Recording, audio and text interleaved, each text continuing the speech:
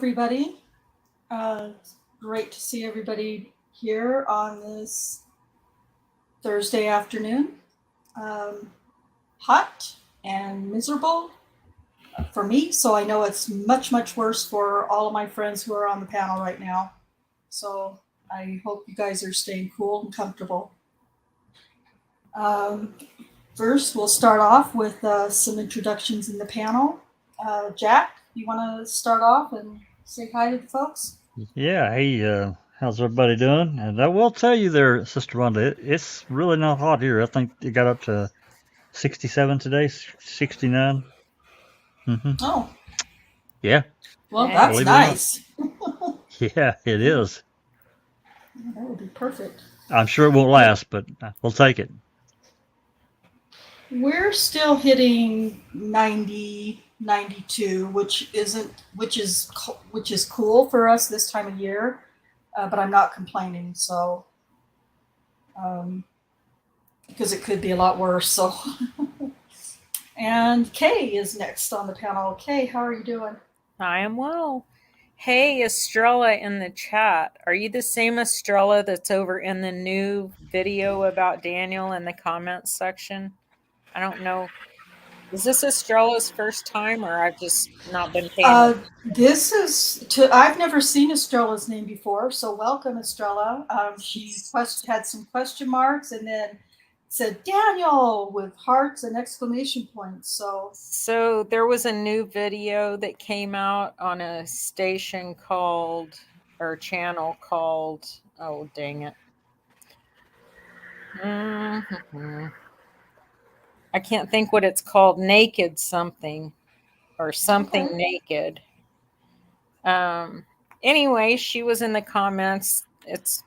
There aren't a whole lot of comments yet, but some of them are some of those closed-minded people that say that they've been following the case from the very beginning, but they don't seem to have any questions about the case, which is always interesting to me because um, when I started looking into the case after I assumed he was guilty first, I had a ton of questions when I was trying to follow the case for myself. So those people are so annoying. Anyway, she was given some positive comments, if that is the same Estrella. She Um, said probably. I'll have to. Yeah, you'll have to link that in the chat somewhere. Naked Kay or Criminal is the channel. okay. Yeah, I haven't seen that. I'll have Yeah, to I check think it it came out out. 2 days ago. Kumiko sent it to me. Okay. So, Cool. anyway, welcome, Estrella, and ready to read this transcript. Yep, that's what we're going to do today. She says, I post about Daniel all the time. That's great. We really Cool. appreciate that, Estrella. And welcome to our channel. I 99.9% of the time we talk just about Daniel, so we really appreciate you being here. Um, let's see, let me put in one more. I was posting comments all over the place the other day. Sounds like me, Estrella, when I find a new video about Daniel's case. I've had people say, "Here, why are you making so many comments? Get out of here!" One person said, "Do you realize you've made over 300 comments on this video?" No, I didn't realize that, but thanks for letting me get in your head to the point where you took the time to count. Rent free. Rent free. That's rent Rent free. That's, free. yeah, you damn right. That's the best way. Yep. I'm looking forward to checking that one out. I'll join you in those comments, Estrella. We'll tag team them. Hey, Estrella, if you're not a member of the Discord channel, Rhonda's Discord channel, Daniel's Truth, you should join over there so we can get you some documents if you want some. If you don't, Yeah. I think we have some documents more than most people get their documents from Brian Bates' podcast website, holtzclawtrial.com. But we have some different ones, so hit us up over there. Yeah. All And get right. the mods to drop the link. That would be awesome. And and before I forget, yeah. So welcome, Estrella. It's always great, and let your friends know or anybody else that you know who's supportive of Daniel, and uh, just share the content, share these videos. We're not. I'll just tell you, we're not just people who are reading a couple of things online or getting a portion of a document here or a portion of a document there. We know what we're talking about. We have we've been doing this a while. And so anything that comes out on this channel is 100% accurate. Well, 99.9% accurate. We can't always be perfect. But we come with facts. What is that? What do the kids say now? What do people say now? We bring the receipts. So anyway, before I forget too, I wanted to say welcome to everybody over from Foul Play as well. We appreciate you guys hanging out over there and listening to Daniel's case via Foul Play. If you ever want to, just join this channel over here at Just Rhonda. Subscribe, like, comment, share, and all those good things. And we would love to have you over here as well. I'm getting closer and closer to that community page. So, all right. So, Cherie, how are you doing this fine afternoon? I'm doing awesome. It's in the 70s here, so it's wonderful. Nice. Nice. I want to welcome everybody to Inside the Wrongful Conviction of Daniel Holtzclaw, episode 17. Thank you. Appreciate that. And Sister Susan, how are you doing this afternoon? I'm doing good, Rhonda. Thank you. I also want to welcome Estrella, or is it Estrella? I'm curious. Yeah, it's always great to have new people join us in backing Daniel and trying to get the truth out there. So, yeah, I'm ready. We'll take everything we can get as far as sharing Daniel's case. Dang, right. I put the Oklahoma spin on her name. It probably is Estrella. Oh, she says it's actually either. She says either. It's actually Star. Okay, That's what it means you know what? in Spanish. Yeah. I actually like Star. I think that's really awesome. So I will call you Star if I can remember. It looks like you have a black cat. I also have a black cat. See, we have so many things in common already. Okay, so tonight we're going to start with the preliminary hearing transcript of oh, makes sense. Perfect. Says her parents were hippies.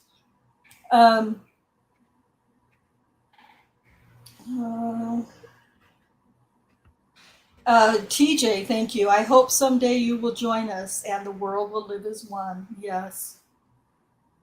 Was that the great John Lennon? No, that's not.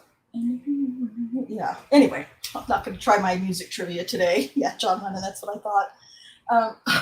So we're going to read the preliminary transcript of Carla Raines' the preliminary testimony for Carla Raines' preliminary hearing. And then when we finish with that one, we'll go into her trial testimony of her case during the trial. Next week, the detective that investigated her alleged case is Rocky Gregory, and so we'll read his testimony next week. He's hard to understand, hard to connect his dots. He's dumb. He can't form a cohesive sentence or thought. So he's going to have his own show so that we can help get through it together. So tonight we are going to have Jack has kind of adopted, or I've given him the role for Scott Adams, the defense attorney for Daniel. And Kay is reading, I believe, the part for Carla Raines. And Susan is going to read the part for Lori McConnell, the ADA who did the direct examination for Carla Raines. And then, Boo. yeah. Are we on page 74? Is that the right document? I Yes. believe so. So, Okay. yes. Cool. 17 pages. Okay, gotcha. Yeah. This shouldn't take us, hopefully not too long tonight. On that, for whatever reason, I can't. Oh, wait. Can't. Oh, there it is. Okay. Yeah, page 7. And Cherie is going to read the part for the court. So, The Honorable yes. Tim Henderson. Is that Yeah. not the Honorable? Oh. Sorry. Yes, you're right, Cherie. The former disgraced Judge Timothy Henderson. We have news for Timothy Henderson. Kay, would you like to share that really quickly? So there'll be a trial for, I guess, the Lost bar. cake. Oops. You Hang on. need to Am I re-say that. muted? They're not now. Oh, okay. So the bar is, I guess, someone filed a complaint against Henderson because as a result of him sleeping with a prosecutor that was prosecuting cases in his courtroom with him.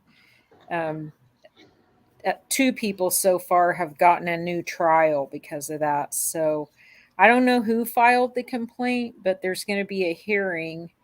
I think it's in September before the Oklahoma Supreme Court, which is open to the public. So, like I've told some other people, I'm sure they'll punish him harshly. They'll probably like trim one of his fingernails just a little bit too short and tell him you've been a bad boy. Yeah. And Maybe. send him back off to be a lawyer again. Yeah. I'm not expecting a whole lot. Take him out to dinner for burgers and fries, and you can't have any ketchup. Thanks. Well, the way they dealt with, he was accused of actually sexually assaulting these women, and Right. the grand jury. First, the governor had asked the OSBI to do the investigation, and I don't know what the hell happened with that, because then before we know it, Nothing. I think so. Didn't that just kind of fall out on the floor and get covered up? Well, the grand jury took it over. I mean, I don't even know how to explain that appropriately. I don't know if that's common to have the OSBI hand something off to the grand jury, but I just, it ends up in the grand jury, which, it's controlled by a questionable judge, which used to be Timothy Henderson's job, was to oversee the grand juries. So, I don't have a lot of confidence in whoever's overseeing the grand jury right now. And they handled that all within the grand jury. So everything's sealed. So we don't know what his emails or text messages were. Well, yeah. I mean, come on. That you're going to get personal stuff. They have to handle it that way, because if they release those emails and text messages, I bet a lot of shit would fall apart, because there's got to be so much ex parte communication going on. Mm-hmm. And that communication, it's really just sickening that they're covering it up like this and, protecting the conviction, this one and others, I'm sure, by keeping it hidden within the rules of the grand jury and how it operates. So anyway, we'll see what happens at his hearing, his trial for the complaint against him for. Kay, just as an overall thing, you're a lifelong resident, pretty much, of Oklahoma, right? Right. This is me being nosy. So, you being a lifelong resident and thinking about situations where a judge has been basically turned in for anything. Does that happen really very often? Not really. I Rare mean, usually that you hear about. usually if a judge is getting called onto the carpet, it's in my experience from what I've seen, especially recently. Pretty rare. It's, can you not hear me? I can. Yeah. Pretty rare. Yeah, I can hear you. Oh, you said pretty rare. I thought you said, "Are you there?" I'm sorry. You're fine. So I think it's more what I see is it looks like a judge pissed off a bunch of other judges or someone with a lot of power, and so they go up against that judge and get him out of there. They did that with a black female judge not too long ago. um, I guess we'll see. They'll make excuses for Henderson and his bad behavior, but whatever she did wrong, she had to be disbarred. She had to be taken off the bench. So, Oh my God. but I know that there was controversy in some of her rulings, and she wasn't maybe playing by the rules. And we've heard about how Oklahoma County, especially, how they organize things, and there's a chink in the chain from the top to the bottom to get things done or keep things from being done.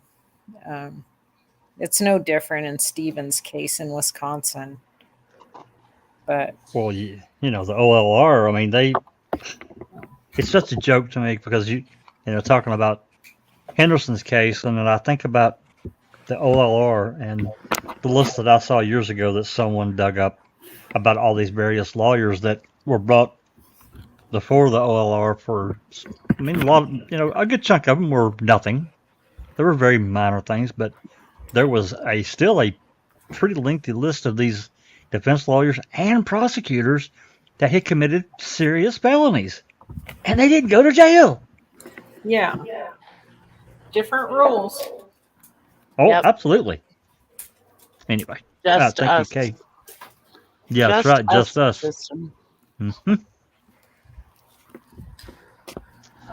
Sorry about that, Rhonda. Didn't mean to. My dog's going to be a freak tonight, probably. Stacy has a gig, and Sam's being high maintenance right now.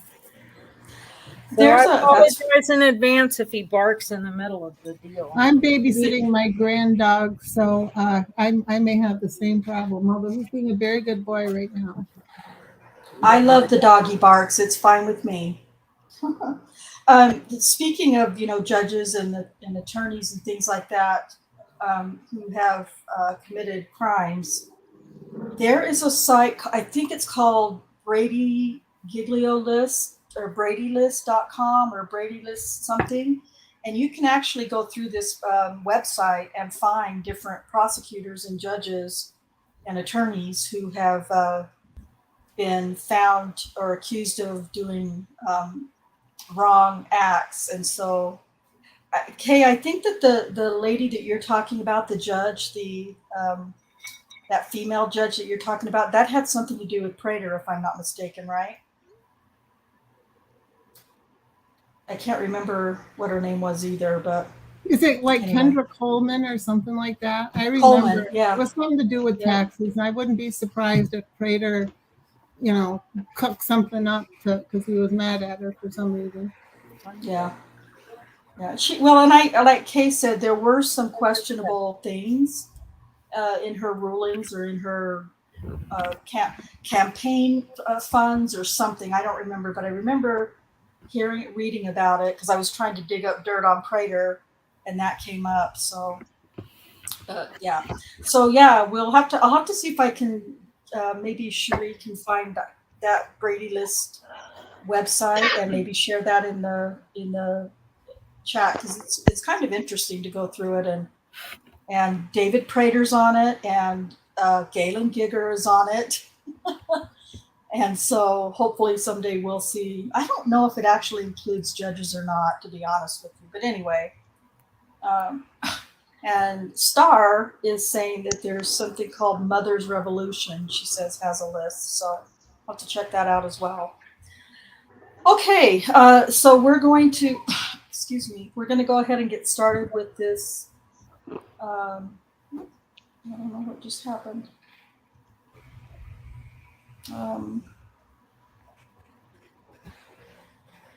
Okay, we're going to go ahead and get started with this trial. Cherie, you were fine to read the court part. Is that correct? Yep. Okay.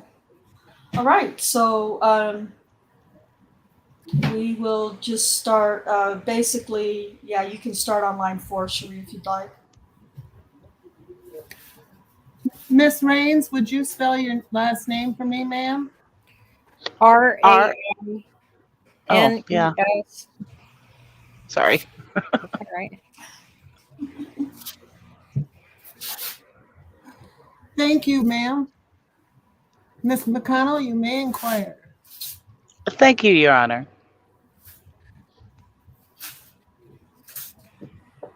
Ms. Raines, I want to draw your attention back to March 14, 2014. On that day, did you come into contact with an Oklahoma City police officer? Yes. And where were you when you came into contact with that police officer? On 16th Street, 16th and what? in between Fonsel and Kate. In between Fonsel and Kate. Did I hear you correctly? Yes. Okay. Is that in Oklahoma County? Yes. And were you by yourself or with other people whenever you came into contact with? I was by myself. Okay. And the officer? Tell me how you came into contact with the officer. I was walking down 16th and he stopped me, was asking me if I had any ID, asked me where I was coming from, asked me where I was going, and he asked me if I had anything on me, and I kept saying no. And Let me stop you, ma'am. You said that he was asking you these questions. Was it a male police officer? uh-huh. I'm sorry, was that a yes or a no? Yes. Thank you. Was he by himself or was he with other police officers? By himself. And was he in a police car or something different? Police car. Do you remember what the police car looked like? A black car, police car. Okay. Was it all black or? Yes. Okay. And you said he was asking you questions. Did he stay in his police car when he asked you those questions? Or did he get out of his police car? He got out of his police car and then put me in the police car. Okay. And where did he put you in the police car? In the back seat. And what happened next? And he just kept asking, did I have anything on me? He asked me if I had been arrested. And I was asking him, why was he stopping me? I mean, for what reason? I don't have any warrants. I had my ID. Did he tell you why he was stopping you? No, he said he just wanted to talk. And what happened next? And he just kept, it was just like nonchalant conversation. I don't remember word for word, but he was asking me, did I have anything on me? More or less talking about the upper part of my body because I had on some jeans. And he just kept wanting to know, did I have something up there? Up here. Let me stop you there, ma'am. Before he put you in the back of his patrol car, did he ever pat search you? My pockets to see if I had anything on me. He checked your pockets? No, he just pat, just pat. That would be your front pocket? Yeah, and had me to turn around if I had on some jeans, so you can see that it was nothing in my back pocket. Do you remember what else you were wearing that day, ma'am? I don't, just a jacket and tennis shoes like I always wear. Have you come into contact with police officers before? Oh, yes. Have you been pat searched before? Uh huh. I'm sorry, was that a yes or a no? Yes. Thank you. The way that he checked your pockets before you got in the patrol car, was that similar to how you've been pat searched by other officers? Yeah, I guess. And then you were telling me that he had asked if you had anything on you. Uh huh. Is that a yes? Yes. Okay. The lady next to your right, is taking down what you say, and she can't, it's hard for her to, Okay, I'm sorry about that. that's why we keep pestering you about saying yes and no. Okay. So whenever he said, quote, do you have anything else on you, end quote, you were motioning towards your body. Was he motioning towards you at that time? Just the upper part. Okay. And you're kind of pointing towards your breast with your finger. Yes. Yes. Is that what the officer was doing? The upper part. Was he pointing towards his body with his finger or towards your body with his finger? He was just like, he was motioning his hand, like, do you have anything else on you? And I was like, no. And he just kept asking me that he needed to be sure that I didn't have anything on me. So I just got to the point where I just opened my jacket and raised up my shirt and lifted my bra.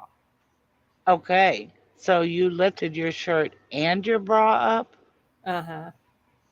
Did you expose Was that a yes or a no, ma'am? Yes, I'm sorry. Yes. That's okay. did you expose your breasts whenever you did that? Yes. Was that something that you felt that you had to do? Yes. Why? Well, because he kept asking me, talking about making sure that I didn't have anything on me, and I was ready to get away from him. In your other contacts with police officers, have you ever had to raise your shirt with any other officer? No, Have you ever been made to expose your breasts with any other officer?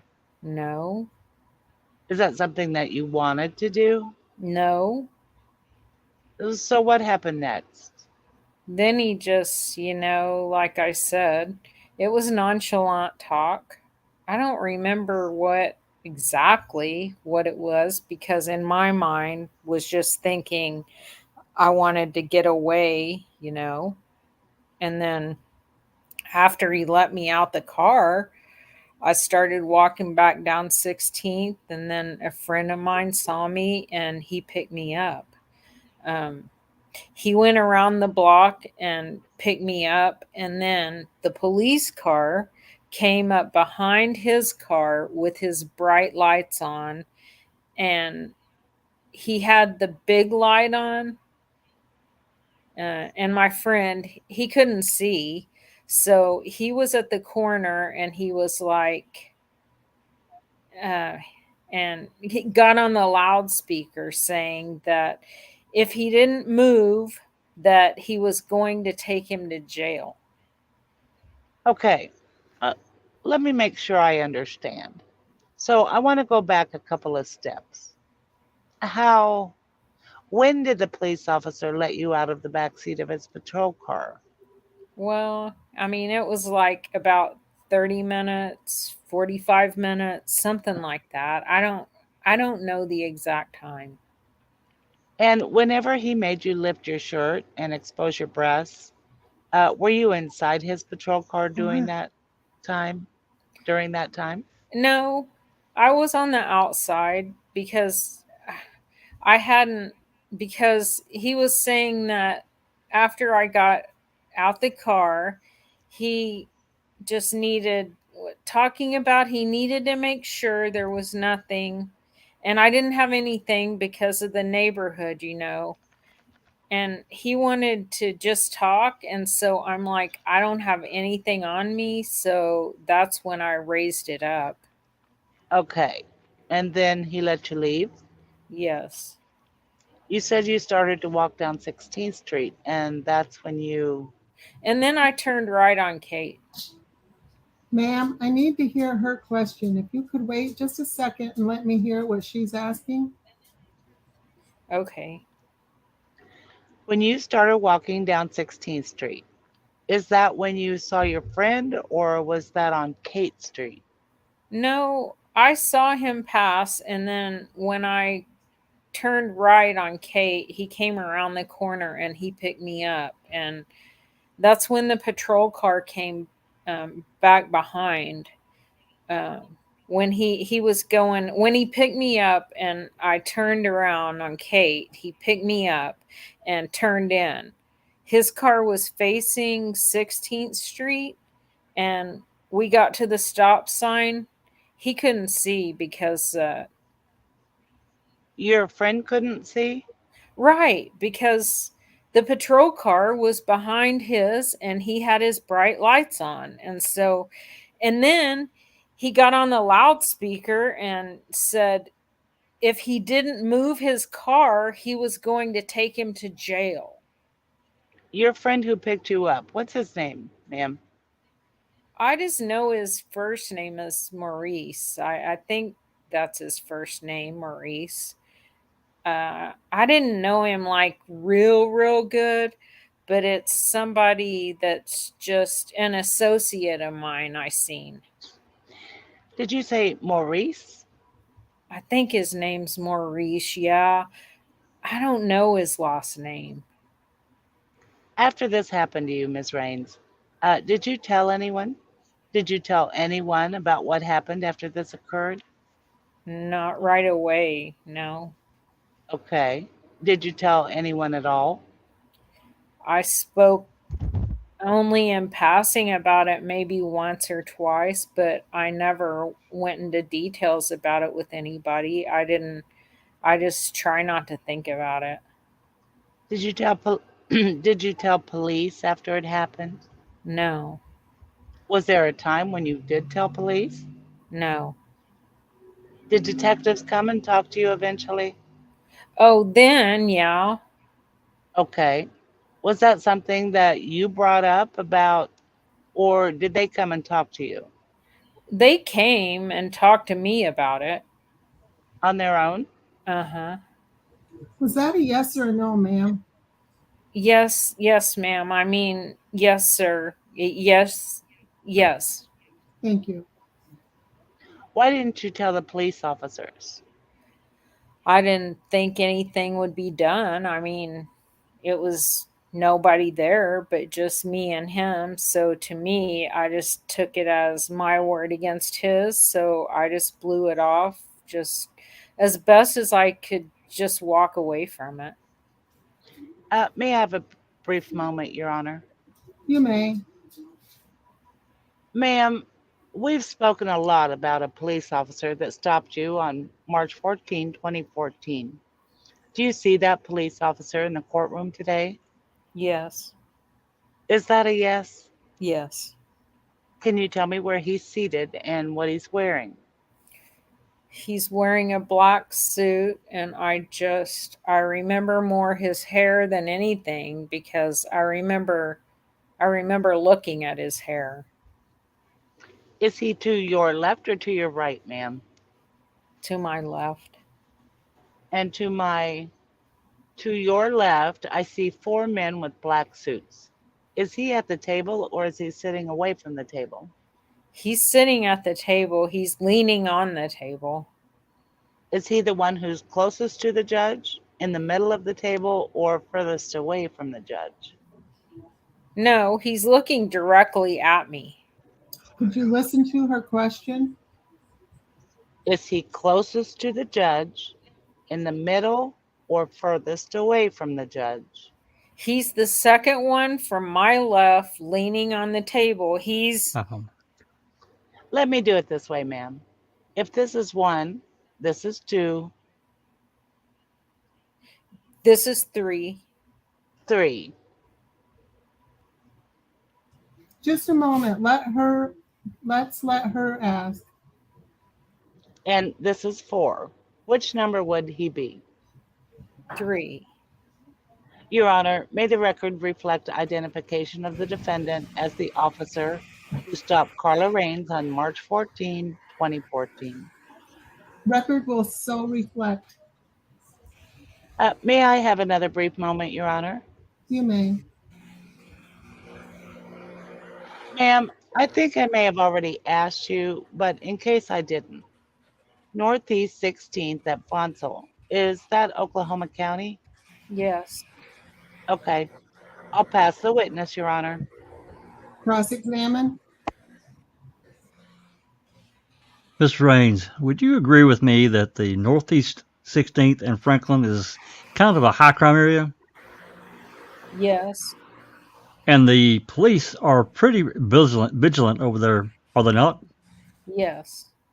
And it's not unusual to be stopped or accosted by an Oklahoma City Police Department and inquiring of what you're up to, what's going on over in this part of town, correct? No.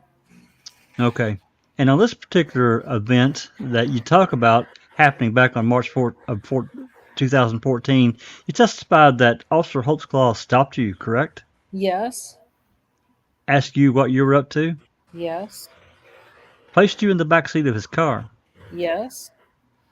But before he did, he pat-started your pockets to, yeah, that's a weird way to say. Pat-started your pockets to make sure you had no weapons or drugs. Right. And then he kept saying, I need to make sure you don't have anything on you. Right. He didn't say, I want to see your breast. No. You just felt that's like what you needed to do to get out of there. No, because he motioned. You sure that I don't have anything on me? Right. He kept asking, are you sure you don't have anything on you? Yes. At any time, did you request a female officer's presence to search you? No. And so eventually you just wanted to get out of there, so you raised up and showed him. Yes. Put it back down. He ran you for warrants and let you go. No. He put me in the back of the police car and said he wanted to talk for a while. And I'm like, what do you want to talk to me about? He said, just like I say, I really don't remember word for word what he was saying, but he just wanted to talk. I was like, I don't have anything that is sitting. Be anything that we need to talk about. And he asked me he's just like I say, just nonchalant. It wasn't. Did it appear that he was trying to get information on the neighborhood? No. But you didn't want to be seen in that cop car because you didn't want to be labeled as a snitch. Right. And so he let you go. Yeah, after a while he did, yes. And he didn't touch you in any way that was inappropriate at all, correct? No. Pass witness. Redirect. No redirect, Your Honor. Ma'am, I want you to be sure I understand. I want to be sure I understand the sequence of events. Were you standing outside the car when you opened your clothing? Yes. And was that before you got into the car? Yes. Okay, and was he seated in the car when you opened your clothing? No, he was standing at the back of the police car. You were both standing at the back of the car? Right? And it was after you opened your clothing that he put you in the car? Right. Okay, I just wasn't sure the order of how things happened. Right. Yeah, right. Ms. McConnell, will the state have further questions within the scope of the court's inquiry? May I have a moment, Your Honor? Yes, sir, you may. Or yes, sir, yes, ma'am, you may. When you were standing outside the police car and he was instructing you to raise your shirt by motioning to himself, is that something you felt like you had to do? Yes, because he kept pointing to that area.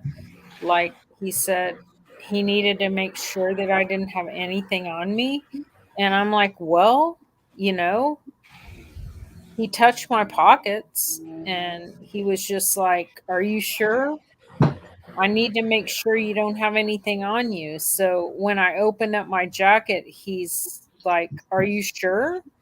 And it was just like, this was the area that was was to me, that was, eh, he was talking about, because there wasn't no other, I didn't have anything in my pockets, or like I said, when he did like this, so what other area could he have been talking about?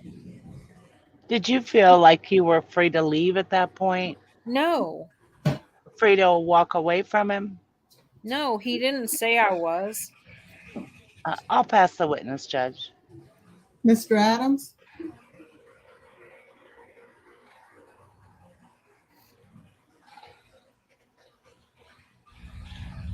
Sorry.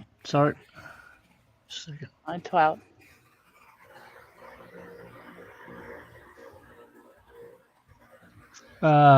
Whenever you state that he was motioning like that, he certainly wasn't grabbing your breast, correct? No, And he certainly wasn't grabbing himself. no. Pass the witness. Ms. Raines, that is all the questions we're going to ask you today. Ma'am, you can push the microphone forward where it's out of the way and step down. May Ms. Raines be excused, Ms. Lacano? Yes, Your Honor. You're free to leave now. Thank you for being here. It's about 10 of 11. Council, will this be a good time to take a 5-minute break? And That's all. Yeah, there you go. Good job.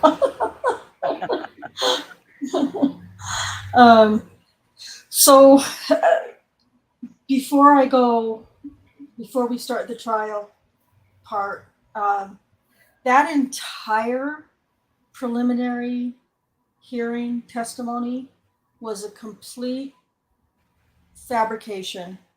There is no truth in there whatsoever. And the entire thing is a lie. And if you remember back to last week's, or the week, was it last week or the week before, when we played the interview between Carla Raines and Rocky Gregory, she said like 5 or 7 times that she had nothing like that had ever happened to her. She brought up a cop, a black officer the year before, who had been exposing himself to women on the streets. But that was all she said. So every single thing that we just read in that transcript was a lie. He was convicted on her, right? no, No? that's my memory that he wasn't. Oh, She good. was. Yeah, I don't remember ever hearing of Maurice before. yeah, me That either. was new for me. Yeah. Yeah, Maurice seemed kind of like a ghost. I think his name's Maurice, but he's my friend associate. Now, this got in his car, you know. I don't really know him, but I got in the car anyway. I don't know. Yeah. And, you know, Kay did a great job reading that, because you could tell just by Kay's portrayal, at least I could, that she was flustered. She couldn't seem to get the story straight. So, or at least that's what it seemed like to me. Maybe that's just because that's the way Kay read it, but that's the way that it really makes sense that it really went, because it was a completely made up lie. Now, there is some truth to the other accusers in the fact that there is, you know, well, I shouldn't say truth. There's no truth to any of it, but there was legitimate stops that were made, and things like that. But this whole thing with Carla Raines was completely fabricated. I am I right, Kay? Is that the way you remember it? I was trying to remember if the actual. I mean, he did have contact with her there, right? Yes. But he also uh, he didn't flip around and do No. the things that she said he did, where he was shining a light and following her friend. That didn't match up with With the AVL. the AVL. So, what they did, I'm assuming, when they went to her house, when Gregory went to her house and asked her about it, after obviously having a phone call with her previously where she denied it. And he says, I just didn't think I was being quite clear on this. And you're right. She said like 7 times, no, how'd you even get my name on something like this? Because I hadn't been on the street that much. I mean, there was an officer once that was exposing himself, but that was a black officer, or that was a black officer. I don't know how she said it.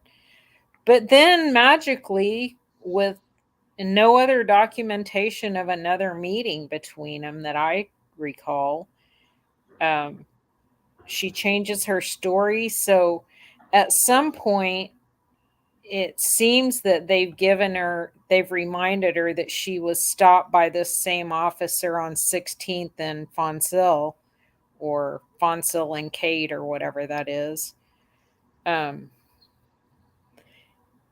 to refresh her memory about an actual traffic stop that she was involved in. Um, and then she was free to add the things that Rocky had, you know, coached her into. What kind of things is he doing to women? Oh, you're saying uh that they do him a favor, they won't go to jail. And Rocky says, yeah, yeah, there you go. There you go. So she had the allegation she needed. She just needed to be prompted to blame that officer that stopped her at 16th and Kate, because they had AVL on that contact and he called her in. I bet it wasn't 30 or 45 minutes. No, no. That'll change in the trial testimony, I guarantee you. Oh, jeez. I can't remember, but they always do. By the time they get to trial, it's so interesting to look at their initial statement, which we don't have an initial statement on her of how much time it was, because she completely denied that it happened. And then prelim, you know, they What we bring just these read. women and they didn't have them coached up well enough or whatever. So they said what they said, enough to get an indictment. And then by trial, man, they're right on the money, most of them, for what the AVL shows. Wow. So it's really obvious that they coached him using the um, path of travel if he took him somewhere, or The where length of he's, time. yeah, The length of time, his car, yeah, it was more like 3 to 5 minutes or whatever. So yeah, a lot of them have quite a bit of a more clear memory the farther away from time it gets. uh, You know how that goes.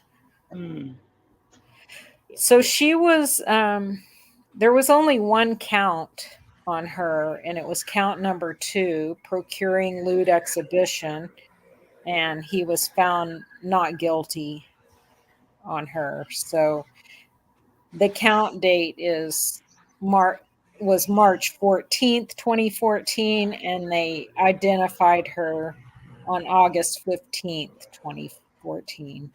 So that was just about a week, not even a week before Daniel was arrested. But Anyway, she did join the lawsuit, right? she did. Yep. Still part of the lawsuit. Well, there is no lawsuit anymore, but she was a recipient of the Oklahoma taxpayers' money. So Even though he was acquitted on the charges, she did get money. So she got whatever it was, 15,000 or whatever. Yeah, she got however much the other people got from the city who had consequently already been released from the lawsuit. They Wow. settled after they were released from the lawsuit. So That crazy. makes sense. No. I bet the taxpayers would like to know that story. Uh-huh. They handled all that crap in executive session in the city council meeting. So it was just an item agenda. Nobody knew. Crazy. let's see. Yes, T1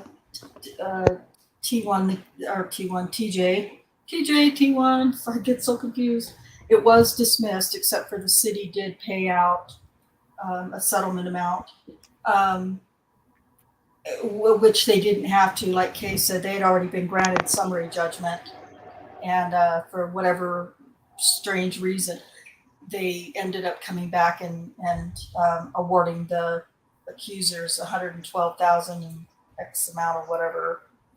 And that had to be no, not necessarily TJ. She Hush money, yeah, like Estrella says. yeah. Didn't the lady who admitted to lying get money? Nobody's admitted to lying necessarily. Well, I'm not sure. I think she's asking about Sherry Ellis. And actually, Sherry Ellis, she dropped from the lawsuit. Yeah. Tabitha also, well, you know, he didn't touch me. Yeah. Right. Yeah. So it Never she could be touched me. talking. Yeah. So You she know, could so be talking about that as well. Rhonda, I see you've saw the question that B.W. Haggis put up. How many women in total came forward against him? Nobody actually came forward. One. Well, yeah. Shardarian Hill. It's sketchy whether or not she actually came forward, but yes, one. But they also like to say that Terry Morris, the very, very first name that really comes up in the case, said, they like to say that she came forward as well. Other than that, the only person who came forward was Shardarian Hill, and he was also found not guilty on all of her charges as well. Yeah, that was Tabitha Barnes, Star, who said that he didn't touch me. 13 that made it to trial. There were more than that. Right, that's true. Yeah, there were some made false claims after the trial already began, and so they said there's like a total of 20 accusers, and one of those was a man. Who admitted to lying. Mm-hmm. Yes, and he admitted to lying. Yeah. So other than that, though, nobody technically came forward. Haggis, it was. Well, I mean, Janie Liggins technically came forward for sure. So Yeah. She's the only and she's the one who started the whole damn thing. Yep. I mean, and it's unclear if Shardarian Hill came forward. Yeah, there's some. Because at the very beginning of her interview, Rocky shuts down a conversation real fast when she starts talking about something about a phone call or something. He's trying to establish that they haven't had contact before, and she says something that is going to derail that, and then he changes the subject real fast. So, I mean, I think there's something sketchy there. It sounds like they had talked on the phone before, but he was taking great pains to try to establish that they had not. So we don't know. Yeah, that's You a have to look. sketchy. Yeah, you have to listen to the beginning of that Chardarion Hill interview and decide for yourself what you think. Yep, very true.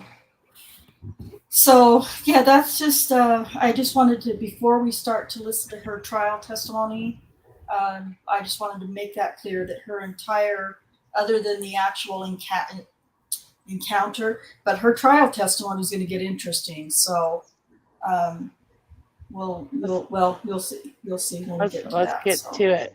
Yeah.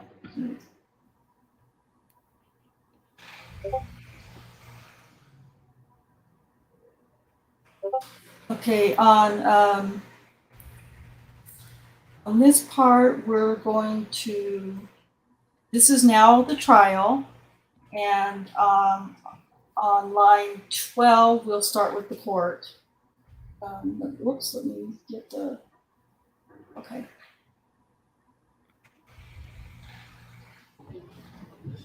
Call your next witness. A state calls Carla Raines. All right, ma'am. Step right before me. All right, if you'll have a seat over here in this chair. Once you get situated, pull the microphone right around in front of you. If you would state your name and spell it for us, please. Carla Raines, CarlaRaines. All right, thank you, ma'am. You may proceed. Thank you, Your Honor. Ms. Raines, back on August 15th of 2014, this detective that's sitting here at our table, Detective Gregory, did you make contact with him or did he make contact with you? He came to my house. Okay. And did he ask you a question about whether something had happened to you? Yeah, he asked me if I had contact with an officer, and he asked me if, Ma'am, if you could just lean into that microphone. okay, he asked me to give a description of him. He asked me what happened. Okay. Before this date, when you came into contact with Detective Gregory, had you ever talked to anyone, any police officers, about what had happened with this officer? No. Had you had contact with an officer that you told Detective Gregory about? As far as what happened, Yes. yeah, I told him what happened. Let me ask you this question, ma'am. Where were you whenever something had happened with a police officer? It was on 16th Street by Fons Hill. By Fonzell? Uh-huh. Is it in Oklahoma City? Uh-huh. Is it in Oklahoma County? Yes. Do you know approximately what time you came into contact with this police officer? Not really for sure what time. Do you know if it was morning? It was like evening towards nighttime. Well, it was dark. I mean, kind of dark a little bit. It was dark outside. Uh-huh. Were you by yourself when you came into contact with this police officer? Or were there other people with you? I was by myself What were you doing that night? walking. Where had you come from? Well, my mother's house. My mother stayed on 14th in between Kellam and Missouri. And where were you headed to? Well, just a friend's house. So while you're walking, this police officer made contact with you? Yes. Okay. And tell me about how he made contact with you. I was walking west on 16th Street. He was going east toward Martin Luther King, made a U turn, pulled me over, asked me what I was doing. And I'm asking, well, why was he stopping me? Because I mean, I had my ID on me and everything, and he's just asking if I had anything on me. And, I mean, I had on some jeans and like a jacket, kind of like this. And I'm like, I don't have anything on me. Let me stop you there, ma'am. This police officer, was he by himself? Yeah. And when you say he pulled you over, was he in a patrol car? Yeah, he stopped the patrol car on the street and got out. What did that patrol car look like? I think it was a black one, I think. One of the older style black and white cars or one of the newer style? New one. I think it was a new one. I think so. And you said you had your ID on you. Did he ask to see identification? No, not that I remember. Whenever he first made contact with you, did he immediately ask you to get in his patrol car or did you talk outside of his patrol car? He's asking me where I was going and if I had something on me. And then we got in. He asked me for my name and stuff, and have I ever been to jail? And just, questions like that. And So, did those questions take place in his patrol car? those did, yeah. Okay. Where did he have you go within his patrol car? Were you in the back seat? Yeah, I was in the back seat. And then when I got out, I was sitting at the back of the car, towards the back of the car. And that's when he's just asked me, I mean, saying, did I have anything on me? But it was basically towards my this area right here, because like I said, I had on some jeans and a jacket. And And I want to make sure I understand, Ms. Raines. Before you got in his patrol car, did he perform any search on you? no, Huh. Did he ever do what we call a pat search or check your pockets or any of your clothing before you got into the patrol car? no, he's just pointing toward my body. He didn't touch it. He's just pointing toward my body. So he never put his hands on your body. No, he was just like saying if I had anything, and I was like, I don't have anything on me. And it was just like I say, it was mainly like towards my breast area, like And let me make sure I understand, ma'am. When when you say he asked, "Do you have anything on you?" Are those the words specifically that you remember this officer saying to you? Uh-huh. And you keep kind of motioning with your hands toward your breasts. Is that what this officer was doing? Was motioning toward his chest area?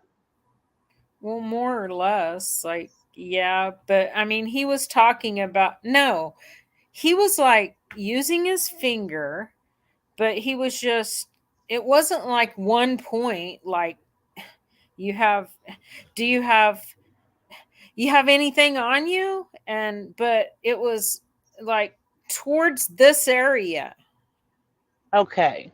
Was he pointing toward the area on himself or pointing towards that area on you? like on me, like, like doing like this. Did he make any other motions with his hand when he said, "Do you have anything on you?" besides pointing towards your breast area? No, Did he point toward any other part of your body besides your breast area?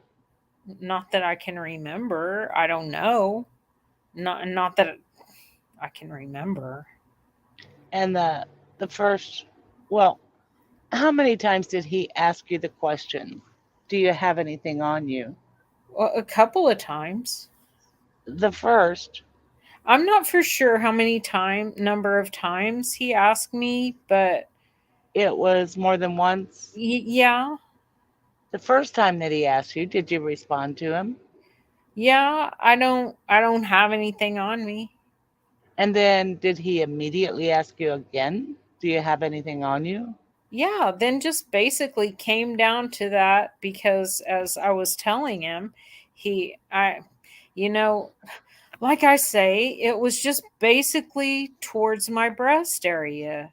But I kept saying I don't have anything on me, you know? I'm saying, do you see I have a jacket and a shirt, like a thin shirt on? And I was just, you know, he was just like, you might have something on me, or I can't really remember word for word because I was just, like I say, I was just trying to, I mean, I didn't have anything on me. And Whenever he was asking you this question, is this while you were seated at the patrol car or while you were standing? no, I was outside at the back of the patrol car. Okay.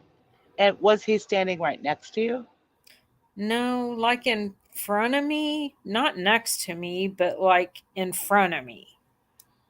And after he asked you this question more than once of do you have anything on you, what happened next, Ms. Raines?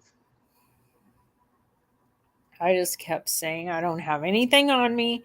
I don't have anything on me. And he just, like I say, it was just, I can't. I don't remember the conversation word for word because I started getting kind of scared. Why were you scared?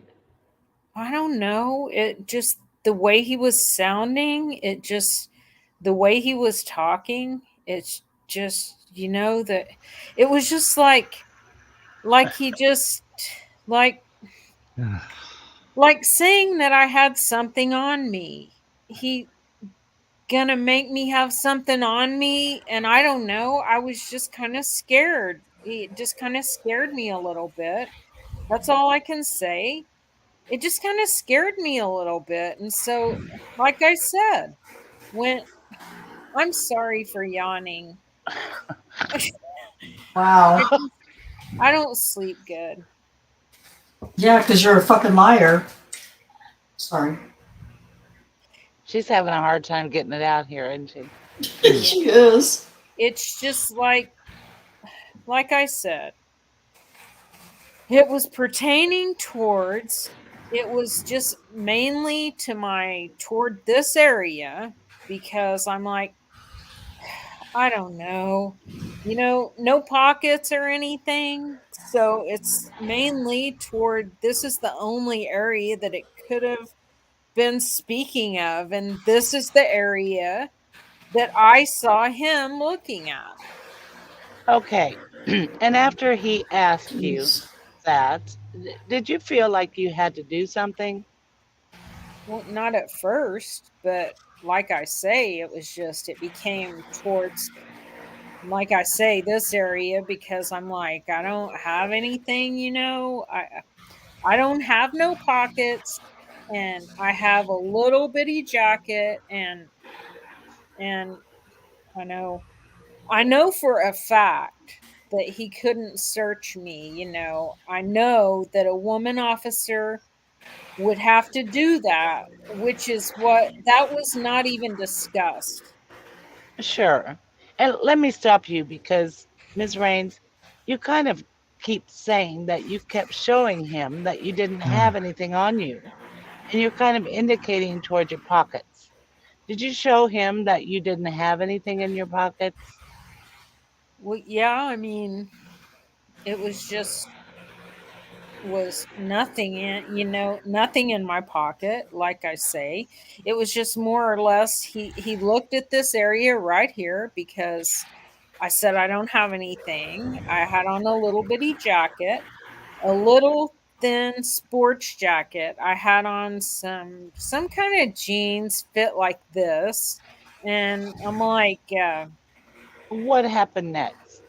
like I said, it was just, he kind of just looked toward this area of my body, and I kept saying, I don't have anything. On your breast area? 5 Yes. pages of this. 5 Oh my pages. God. Can't we just say objection asked and answered 15 times? That's Yeah. what I'm thinking. Where's Adams in this? Jesus. Come And so I can't remember everything word for word. I can't remember everything word for word. And what did you do next? So it just got to the point to where I just took my hands underneath my bra and raised my shirt up like this. Did you raise your bra up at the same time when you did that? Yes. Yes. I like I say, I kept telling him I don't have anything on me. Were your breasts exposed when you did that? Yes, it was. How did this officer act after you lifted up your shirt and bra, exposing your breasts? Like he was satisfied. Why do you say that? Because he let me go. Did he act shocked by what you'd done? No. Have you been stopped by officers before? No. Has an officer ever indicated or motioned to your breast area for you to raise your shirt before? No. Whoa, time out. Time out. Have you been stopped by officers before? And she said no. Yeah. What the fuck? That's a lie. Oh my She god. said yes in pretrial. Well, and it's true. She had been stopped by. She used to be a prostitute. She Jesus. changed her story a lot here. Oh Oh. yeah. Nothing with the pat search or yeah. Nope. Well, you have to imagine she's been coached to change quite a few things in her story, Yeah. Mm-hmm. as we see with other accusers. And like other accusers, they can't get everything, Yeah. which is, I'm sure, maddening for the prosecution. But Uh-huh. then they clean it up with the detectives by asking them some questions like, you know, they just try to block it out in your experience, or, they just can't remember everything. Word for word. I can't remember word for word. And then they're Yeah. traumatized, and oh yeah. I'm just annoyed. And Nan's life said, with this testimony, I'm sure the jury were sleeping by the time she was finished. No Yeah. kidding. Yeah. Uh, that's just okay. I didn't mean to interrupt, but I was like, wait a minute. Well, Okay. Nan's life, if you listen to many of these transcripts, especially when prosecutor Galen Giger is asking the questions, You mean testifying for them? right, Yeah. that too, he you can tell that he's, you know, mixing up the questions so much so that not only, I think he's really just trying to confuse the hell out of the jurors, because they have the facts of 13 cases to try to assimilate into one story, which there's no way anyone who's tried to research the facts of this case, there's no way you can remember all of these different accusers and their different stories and locations. Right. You just can't do it. And so it would be really easy to overwhelm the jury with this stuff. And No he knew that. doubt. And Galen knew that too. He's good and shitty like that. Hmm. Uh, okay. Line 14. Line Line 14. 14. Thank you. And I want to be clear, Ms. Raines. Did this officer ever ask you specifically, raise up your shirt or Oh my gosh. anything? Like I said, I don't remember word for word. I don't want to say yes and I don't want to say no, but the conversation just led towards me having something up in my breast area. Why did you think that raising your shirt and bra was what this officer wanted you to do? There was nothing, this is the part of my body that he was looking at. It wasn't, like I said, I had on a small jacket, little small zip up jacket, so that's where he more or less looked at. Okay. Did you think you had a choice but to raise up your shirt and bra? At one point, not really. And when you say at one point, do you mean at the end of this contact? Yeah. Why didn't you think you had a choice? Well, because I mean, what what else was it? I mean, there was nothing else discussed. There was nothing else being said. It was nothing else. No part of my body being looked at it, and like I say, once it happened, he let me go. Did he say anything to you after you raised up your shirt and bra? If he did, I really didn't hear it. I was just trying to get away. After he let you go, what did he do next, Ms. Raines? Kept walking. Did you tell police what had happened? I didn't tell. I didn't say anything. Say that I didn't hear you. No, I didn't. I didn't say anything. Why not? I just didn't say anything. Just didn't say anything. Did you think that Wow. the police would believe you if you told them what had happened? Well, not really, no. She had Why to not? feed her that. Yes, Sorry. you did. She had to feed her that. Yeah. That's Why leading. not? I just didn't. I just didn't. This officer that we've talked about, who he stopped you around Northeast 16th and Fonzil. Do you see him in the courtroom today? Uh-huh. Can you tell me where he's seated and what he's wearing? Right there. Got on a black suit. You indicated to your left. What color tie is he wearing, ma'am? I wear glasses. It looks kind of gray. We need a gigger. Oh, Your Honor, may the record reflect identification of the defendant? All right, record will reflect. May I have a brief moment, Your Honor? Yes. I'll pass the witness, Your Honor. Cross-examination.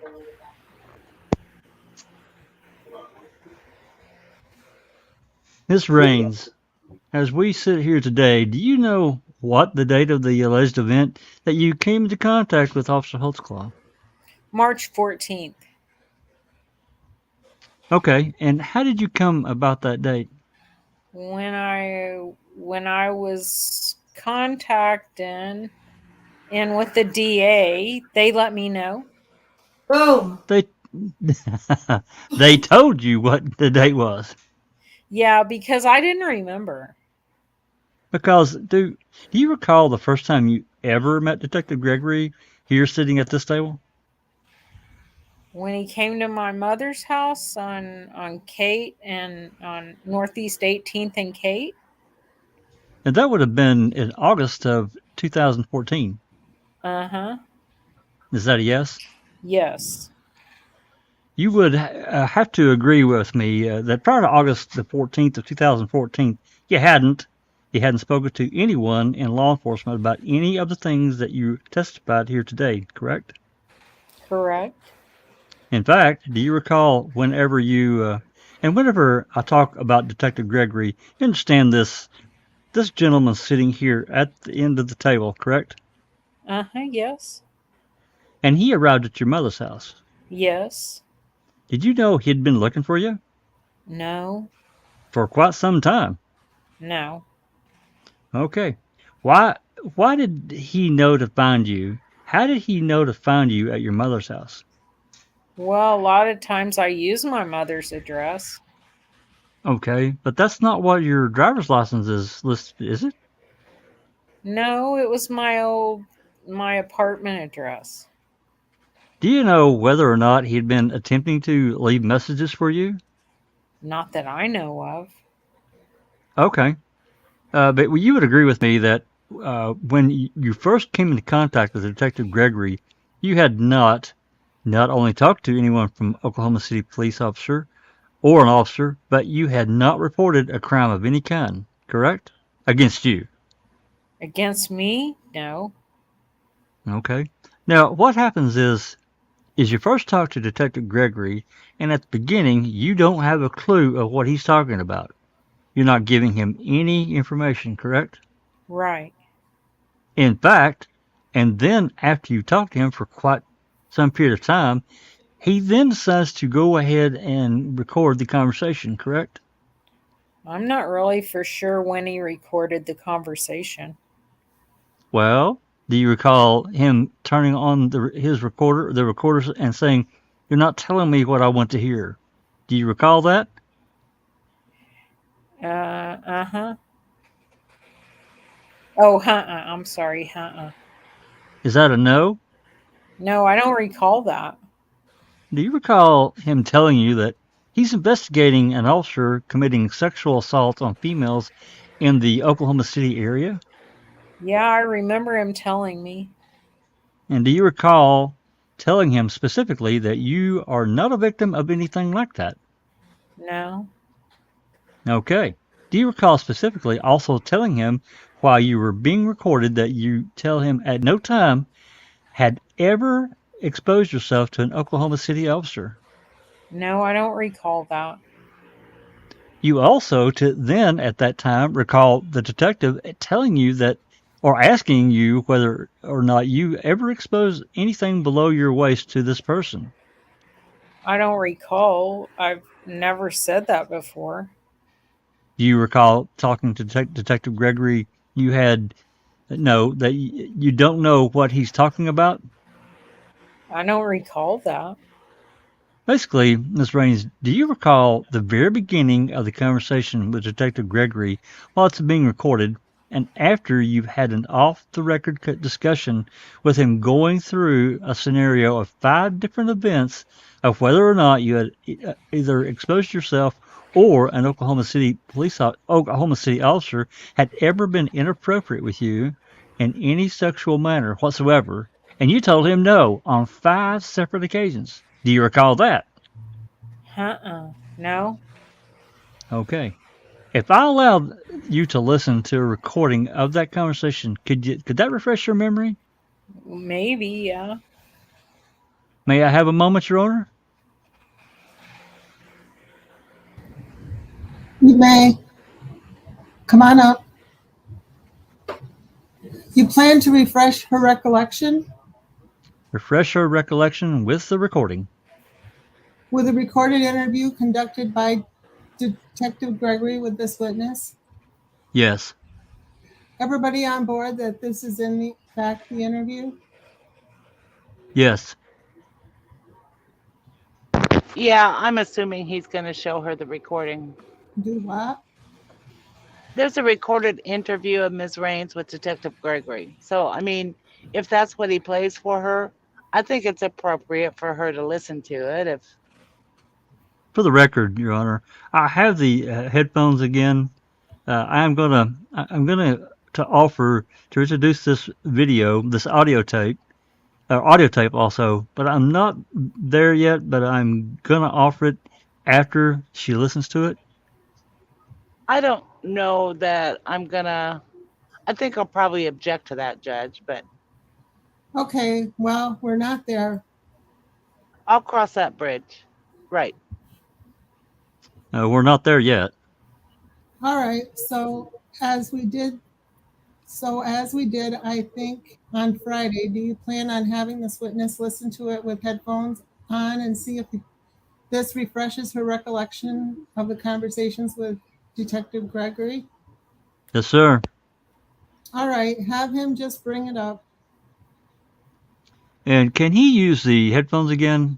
Is that how you want to do it? Well, have you got a specific part that you?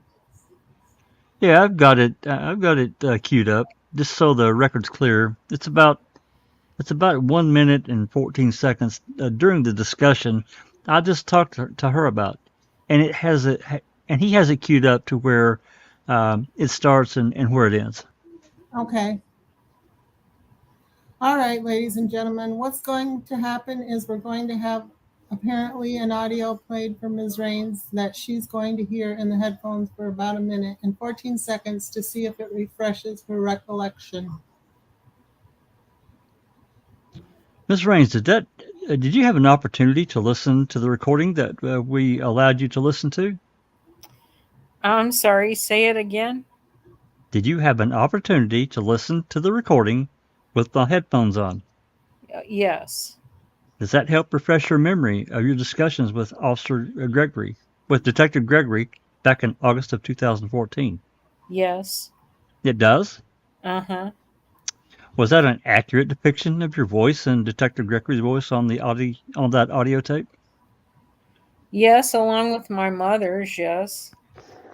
And you seem to be alerted in any way? Altered. I'm sorry, altered in any way? No.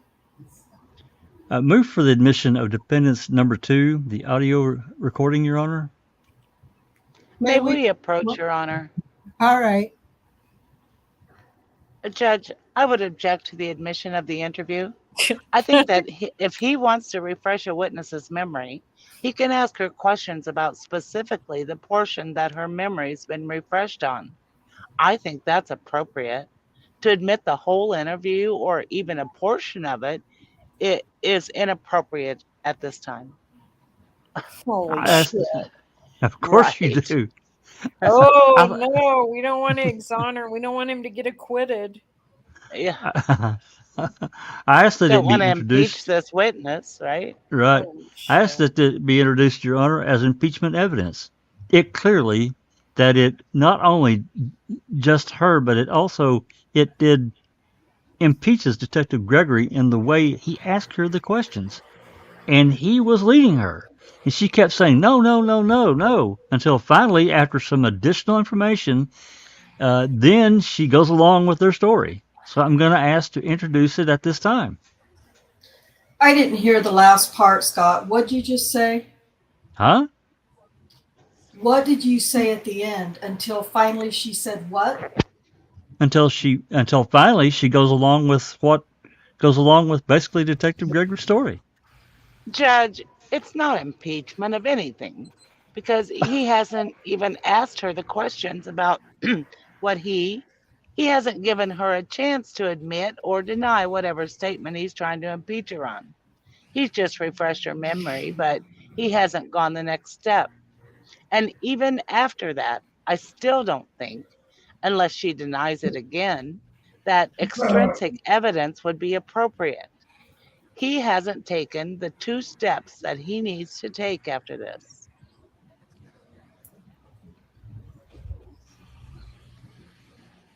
I can't see. Line 4. Line 4. Okay. You said you want to introduce it as impeachment evidence? I'm introducing it to actually as extrinsic evidence. This goes along with our theory of the defense that, in fact, these weren't victims, that these were people that the Oklahoma City Police Department was coaching. Basically, that she starts out in the interview, no, no, no, no, on 5 separate occasions until he finally gives her some additional information. And then she says, oh, yeah, well, this deal did happen. So I'm trying to play as for the doctrine of completeness, I think the whole interview ought to be coming in, and that's what I'm asking to do is for the entire interview from start to end. Judge, it's still not impeachment evidence because he hasn't asked her a question or given her a chance, once again, to admit or deny whatever statement he's trying to focus her attention on. That is what would be impeachment evidence.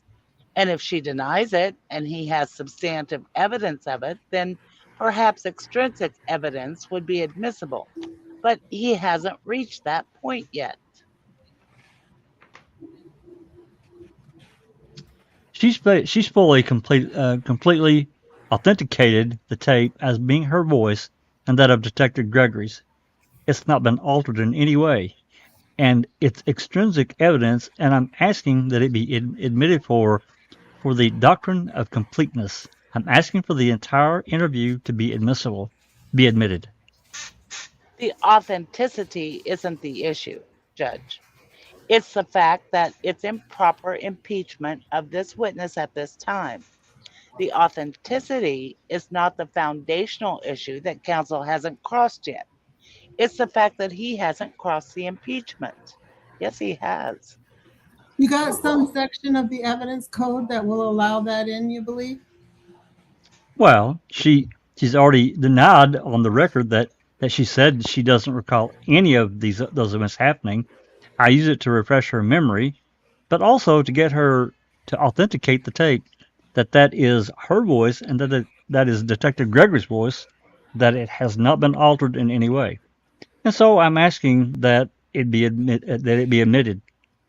2803.5, a record containing a matter in which a witness once had knowledge but now has insufficient recollection to testify fully and accurately, shown to be made or adopted by the witness when the matter has refreshed the witness's memory and reflect that knowledge correctly.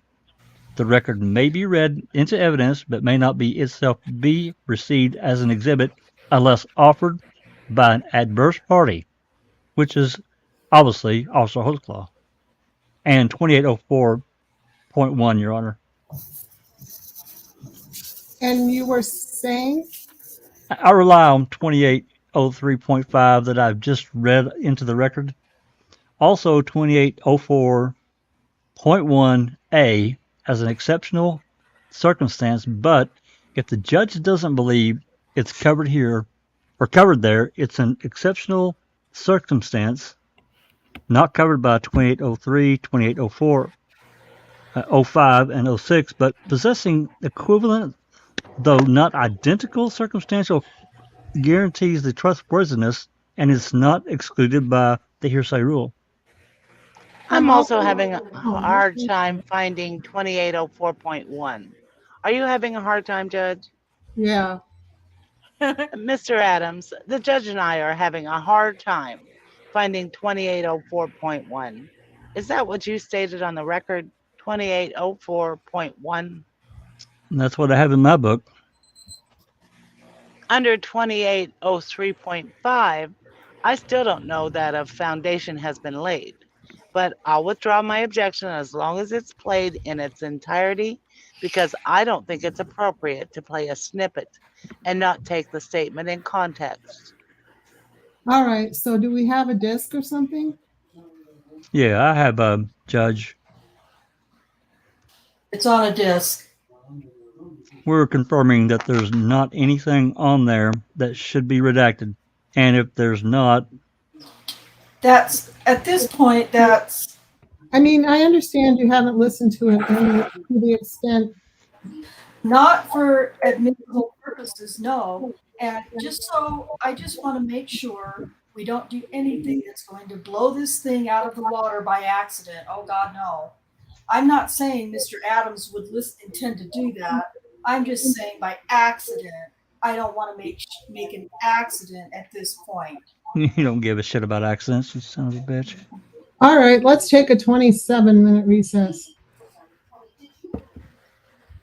All right, ladies and gentlemen, we need to look at something before we proceed, so we'll take our afternoon break. We're going to take a little bit longer. We're going to take about a 30-minute break. So I'm going to ask you to return at 3:30. Be back in your folks. I need everybody to have a seat in the audience. We're going to ask you to return at 3:30. Mr. Holtzclaw, you're excused until 3:30. Ladies and gentlemen of the jury, I need to admonish you not to discuss the case, not to let anyone discuss the case with you, not to try to find out anything about the case. If anyone should attempt to contact you about this case, notify me or my staff immediately. Judge, can I have Ms. Raines step down? Ms. Raines, you can step down. The jury will be in recess until 3:30. All right, thank you. We'll be in recess. Let the record reflect all members of the jury are present Counsel for the state, counsel for the defendant. The defendant is present. Please bring your witness back in. All right, Miss Raines, let me remind you, you're still under oath. Just go ahead and have a seat back over there. Go, get that microphone pulled right around. Mr. Adams, you may continue. Thank you, Your Honor. Ms. Raines, before we took this lengthy break, you had an opportunity with those headphones to listen to something that you recognize as your voice and Detective Gregory's, correct? Yes. And again, I believe you testified that in no way, shape, or form, to your knowledge, has that audio been manipulated in any way. Correct. All right. Now that you've had an opportunity to listen to that, would you agree with me that when the conversation is started, apparently you and Detective Gregory had some phone call? Well, what do you mean had some? This prior to this face-to-face interview between you and Detective Gregory on August of 2014, apparently from listening to the tape, you and Detective Gregory had previously talked on the telephone. Do you recall anything like that? No, I don't. Well, then do you recall on the portion of the tape that you did listen to, did Detective Gregory ask you, had you ever been exposed yourself to an Oklahoma City police officer, and you answered no? Right. And he asked you several questions in that regard, 5 to be exact, where he was questioning you whether or not you'd exposed yourself, whether or not you'd been touched inappropriately, anything like that by an officer. And each and every time you said no. Right. Then, after Detective Gregory, you're questioning him and you're asking him, well, how did you even get my name? Right. And Detective Gregory then goes through and explains to you that he's been dealing with what he terms, and his words were, a very bad guy. Do you recall that? Yes. Is that a yes? Uh-huh. And then he also tells you that he has a lot of victims. Uh-huh. Ma'am, you need to answer verbally. Yes. Okay. And then until this point in time, you haven't said anything had happened between you and Officer Holtzclaw, correct? Right. And then you start talking about in generalities things that. Objection. May we approach, Your Honor? I'm sorry, Mr. Adams, for interrupting your question. Judge, I've already withdrawn my objection and playing the video. I don't really see the point of him going through little items in the interview and not even asking, like, why she said that. He's just asking if they occurred, and I'm assuming the jury is fixing to hear. So it's kind of pointless to ask these questions. I'm simply asking her independent knowledge of what during her interview with Detective Gregory, what she said. I guess fair game for cross-examination. Well, it is, but why don't you kind of get to the real point you want to get to, and then we'll play the tape. After you had said no approximately 5 times, and Detective Gregory told you that he's investigating a really bad guy, and he has lots of victims, and you talk in generalities about the neighborhood for the first time. You start talking about an interaction you had at 16th and Bonsall with an officer, correct? Yes. And you talk about it in those discussions, you admit that at no time did this officer, and again, you don't know his name, correct? Correct. You didn't know that it was Officer Holtzclaw that they were alluding to.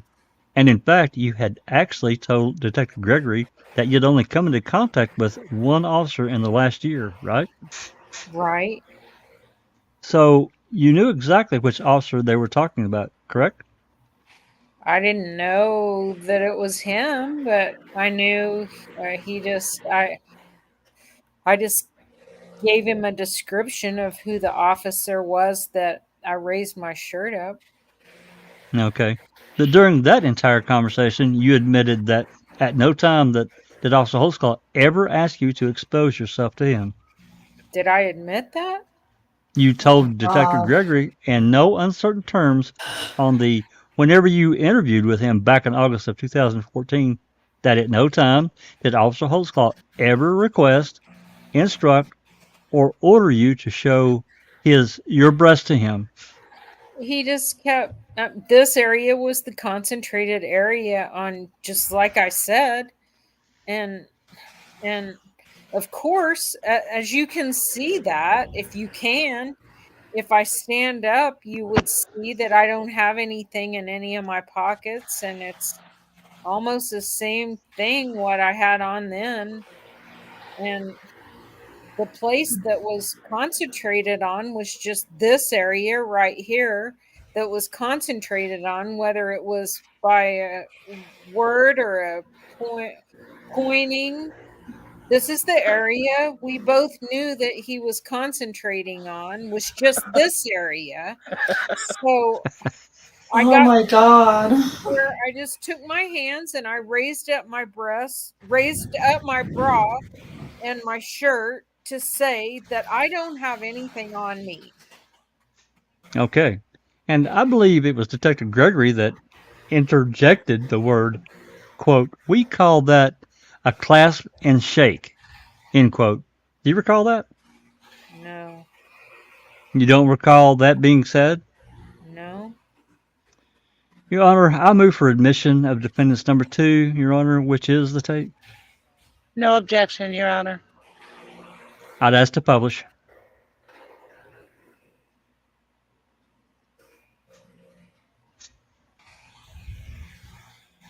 Court. Line 2. I was muted. All right, defendant's exhibit number 2. And how long is this? 27 minutes, I believe. 27 minutes. All right, Ms. McConnell, can you help with that? Counsel, what are we introducing? We're introducing the DVD, which is an audio recording of. I thought he was plugging his phone in. No, that's a drive. That's not his phone. It's a drive. Dumbass. Oh my God. Stupid idiot. Jesus. I'm not techno. That's Judge Dry Humper's not techno. He's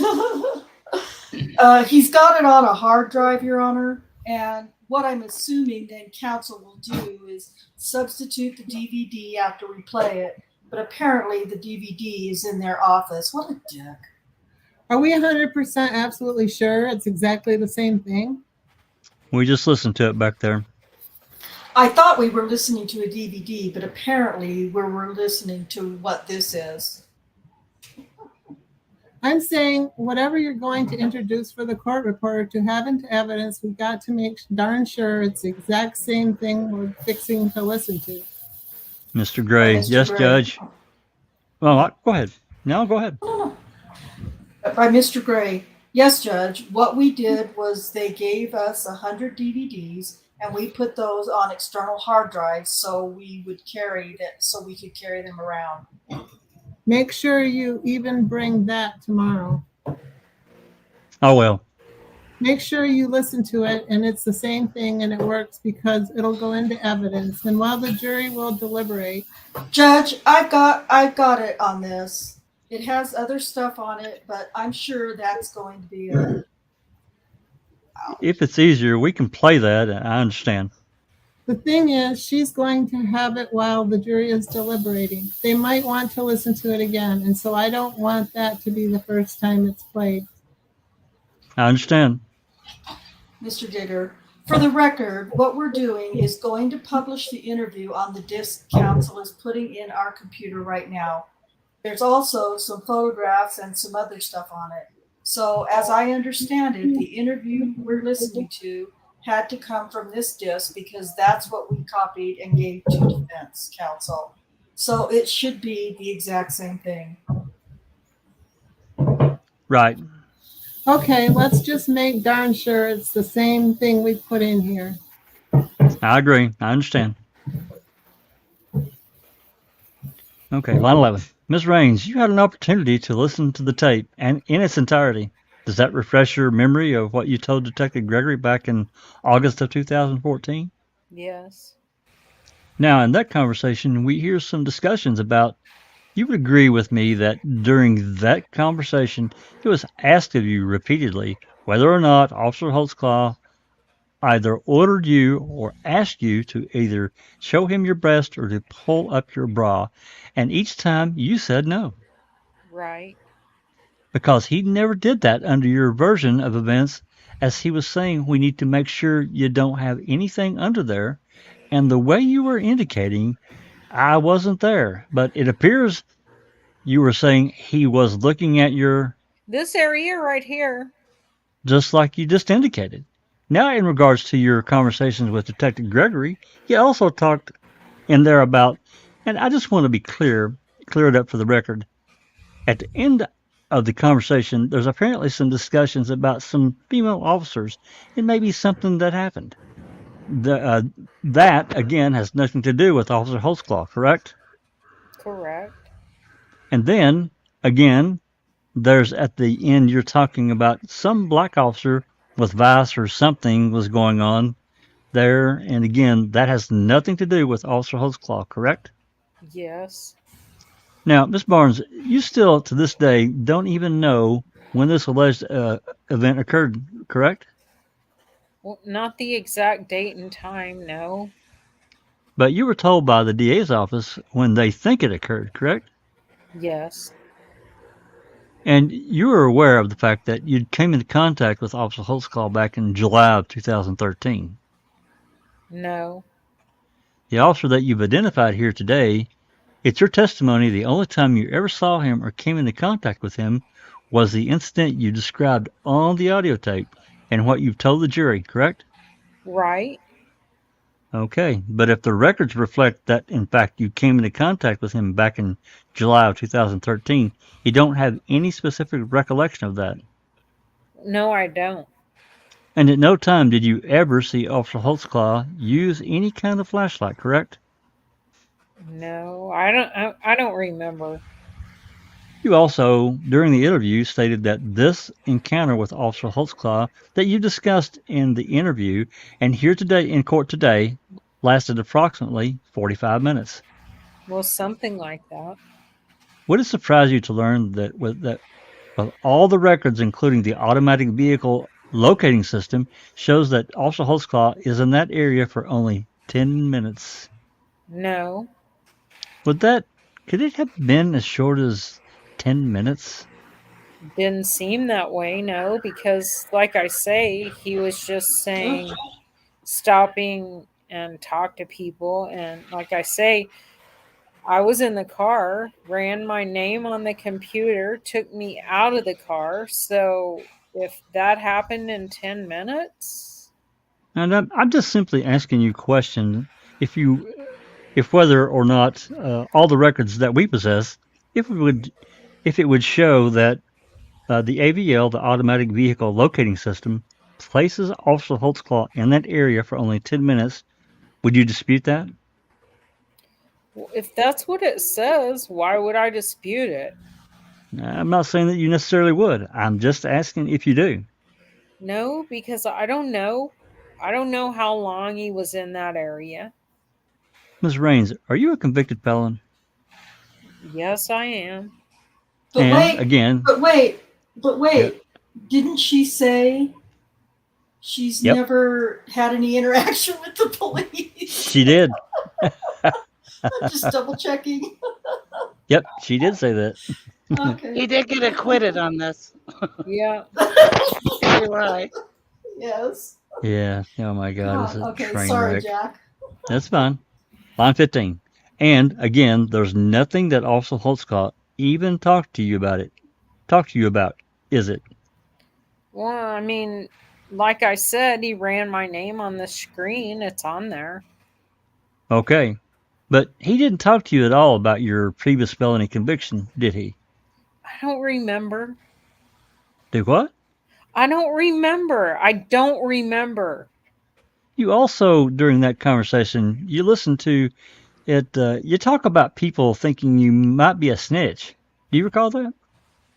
I said that could happen to someone. See you standing out there talking to. I didn't say that I would be labeled as that. I'm saying that that could happen. Somebody could see you in that neighborhood. That neighborhood was not a good neighborhood at the time. So it can happen. That's what I was saying to him. Miss Raines, and certainly I don't want to suggest any way, shape, or form that you did such a thing. I'm just saying that we hear some discussions on there about you not wanting to be labeled as a snitch. Right. Because he's holding me there on Fonshill Street. I understand. And basically, what you were explaining is to be labeled as snitch is that in that particular neighborhood is not a very good thing. Would you agree with that? Are you asking me a question? Yes. Okay. And you said you weren't doing anything like that, but you were in the back of Officer Holtzclaw's car for a very brief time, correct? Correct. And from listening to the tape, it appears from at least what I can understand is that you did not quite understand even why Officer Holtzclaw was even talking to you. No. You seemed like you were somewhat irritated that he had pulled you over. Right?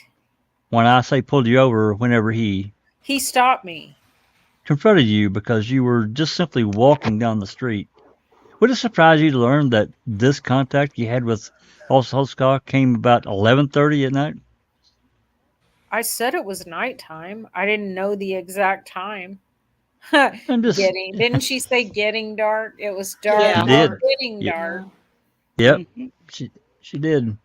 And I'm just saying, would you agree with me that if the records show that it was about 11:30 at night, that's probably when it was? Okay. And it also appears that you were asking Officer Holtzclaw why. Why are you stopping me? Why are you even doing this? And he was trying to explain to you that they were stopping and talking to girls and other people in the neighborhood, making sure that they were okay. That's what he told you. Okay, yes. And now, after you had an opportunity to visit with Detective Gregory, you went and hired a lawyer here in Oklahoma City to sue the Oklahoma City Officer Holtzclaw and the police department, correct? No. You did not? I don't have an attorney. Okay. Have you ever heard of an attorney by the name of Mr. Hammonds or Ms. Rogers? Just Ms. Roper. I'm sorry, Miss Roper? Uh-uh. Is that a no? I never heard of them. Okay. Did you authorize either one of those lawyers, and I want to be very specific about this, did you authorize Mr. Mark Hammonds or Miss Leah Roper, who offices here on Dean A. McGee Avenue in Oklahoma City, did you at any time ever authorize them to file a lawsuit on your behalf against Officer Holtzclaw and the Oklahoma City and the city of Oklahoma City? I haven't retained an attorney. Okay. May I approach the witness, Your Honor? Yes. I'm going to hand you a document and ask if this refreshes your memory in regards to whether or not. Please do. No, I don't. Did I sign anything? Because I don't have any recollection of that. Do you want to have an opportunity to read this lawsuit or just want to? I mean, I just found out something could be filed, but I haven't talked to an attorney about this. I have not done this. So you do. So do you know how in any way that lawsuit has been filed here in Oklahoma County on your behalf?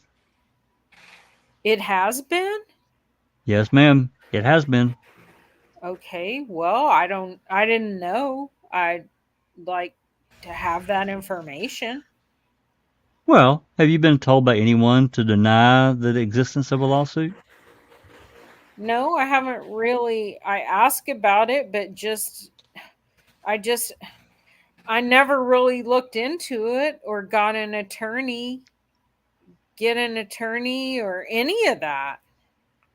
Well, do you know how this law firm has sued? They're representing you to the court that they represent you. Are you stating that under oath that you have not authorized any law firm here in Oklahoma City or any lawyers here in Oklahoma City to sue Officer Holtzclaw and the city of Oklahoma City on your behalf? Not to my knowledge, no. Okay. May I have just one moment, Your Honor? Yes. Pass the witness, Your Honor. All right. Any redirect? Yes, Your Honor. May I have one brief moment? Yes. Ms. Raines, during the interview that we just listened to and the questioning by Mr. Adams, the defense attorney that was just speaking with you, I believe your testimony was you're not sure when this happened. Is that fair? Not really for sure. Are you positive about where it happened, though? Yes, I'm positive. I know where I was. And that was Northeast 16th and Fonzo. Yes. May I approach the witness, Your Honor? You may. Yes. Ms. Raines, I'm handing you what's marked as State's Exhibit 187 Hold and on. 188. Why have they got that by Mr. Adams? That must be a mistake. I'm sorry. Oh, yeah. Okay. Continue. I mean, I think. Yeah. It's Will got you it's take got to a, be it's got to be a mistake. okay. Will you take a look at those and just tell me briefly if you recognize them? Yes, I was standing right here. How do you recognize these pictures, ma'am? I live over in this neighborhood. Are they pictures of Northeast 16th and Fonz Hill? Uh-huh. Has it looked at the time that you were stopped by this officer? Uh-huh. Ma'am, you need to answer verbally. Oh, I'm sorry.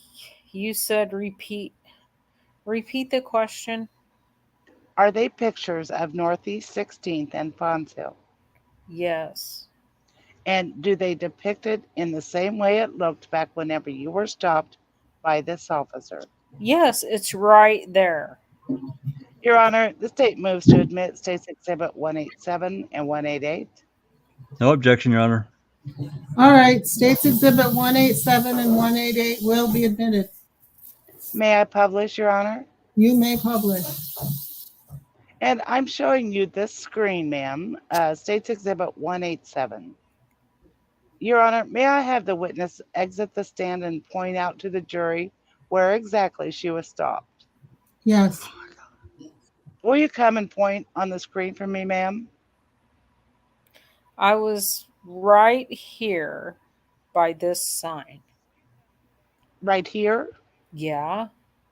Okay, thank you. You can go and sit back down. And Ms. Raines, I'm also going to show you State's Exhibit 188, which is a different view of the same street, correct? Uh-huh. You have to answer verbally, ma'am. Yes, I'm sorry. Sorry. I understand. And were you stopped right in this area? Am I pointing it out correctly? Up a little bit. Up a little bit, just like right by that sign. Right there. May I have a brief moment, Your Honor? Yes. How many other times have you been stopped by an officer, Ms. Raines? I don't know. I don't know. I don't know. More than 10 times? No.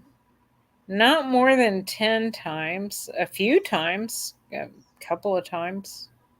And I'm not saying in just this year. In your whole life, have you been stopped more than 10 times? In my whole life? Uh-huh. Probably. Well, I don't know. sure. And I know you don't know an exact number. Did you tell Detective Gregory about any of those stops and allege that anything inappropriate had happened? Oh, I don't recall our whole conversation. I really don't. Really don't. I don't want to sit here and say yes or no because I don't recall the whole conversation. I don't. Did you tell Detective Gregory about what happened with Officer Holtzclaw? Because that's what you thought Detective Gregory wanted to hear from you. Judge, just object to the form. All right, sustained. Why did you tell Detective Gregory about what happened with Officer Holtzclaw? Because he asked me. Did you think that that's what Detective Gregory wanted to hear from you? I don't know what he was because I didn't really know that what he was there for in the first place until we started talking. So I didn't tell him what he wanted to hear. I just told him what happened. I'll pass the witness, Your Honor. No questions, Your Honor. All right, thank you, ma'am. You may step down. Woo! Fudge! That was some crazy crap. Yeah. Before we go too much farther, I just want to post this question from Nan's Live from Foul Play. Question: are you able to get sidebar arguments? I didn't realize such thing was available until Depp v. Heard. Sidebar arguments are fascinating. Yeah, I Well, can't. some of them have been in here. Yeah. Are they not Yeah. all? Yeah. They had the sidebar conversation about the tape. Yeah. Or recording, I should say, so I don't sound like Rocky Gregory. Oh, got it on tape. Oh yeah. Yeah, I mean, I don't know how it works, but we've been able to get. I mean, in these transcripts, we see all the sidebar arguments, or we read them. So. And then there are also some. Are they called Jackson v. Deno or something? When they have an issue that happens, some of them happen in the judge's chambers. Well, like the one we read in Tabitha Barnes' testimony where they pull her into the judge's chambers and they're asking her about her drug use the night before and the day of her testimony. Right. I think. Anyway, so they're just a part of the part of the record. Transcript. I guess. Yeah, thank you. Yeah. And, well, in the in camera, and of course, we've seen those in Stephen's trial too. The in camera hearings, we get to read as well. But yeah, when we see a trial televised on TV, we don't usually get to hear the sidebar if we're listening in. No. But they are part of the transcript, so they are part of the record. The state did not sue themselves. No, the women sued the state and Daniel and the police department? Detective Gregory, right? Yeah, and Brian Bennett and Chief Bill City. But I think she might have been, I'm not sure, Star, if you were I felt like she was maybe being sarcastic. I could be wrong. But I don't know, maybe not. I think she knew she had a lawyer. I think she was lying. Oh, yeah. Oh, yeah. Yeah, exactly, Susan. And this isn't the first time that Adams questioned one of the accusers about hiring an attorney during the trial. And I think, well, as far as I know, in the trials transcripts we've read, they've all said, no, I didn't hire an attorney. Wow. So, yeah. So there you have the preliminary versus the trial testimony, and of course the audio interview that was actually recorded, what part was recorded, they played in court for the jury to hear. Yeah, we've listened to that several Yeah, times. we've listened to that, and I'll link that in the description. I didn't do it. Good idea. Yeah, I'll put that in the description and link to it, so you guys can go back and listen to it if you want to hear all that whole thing.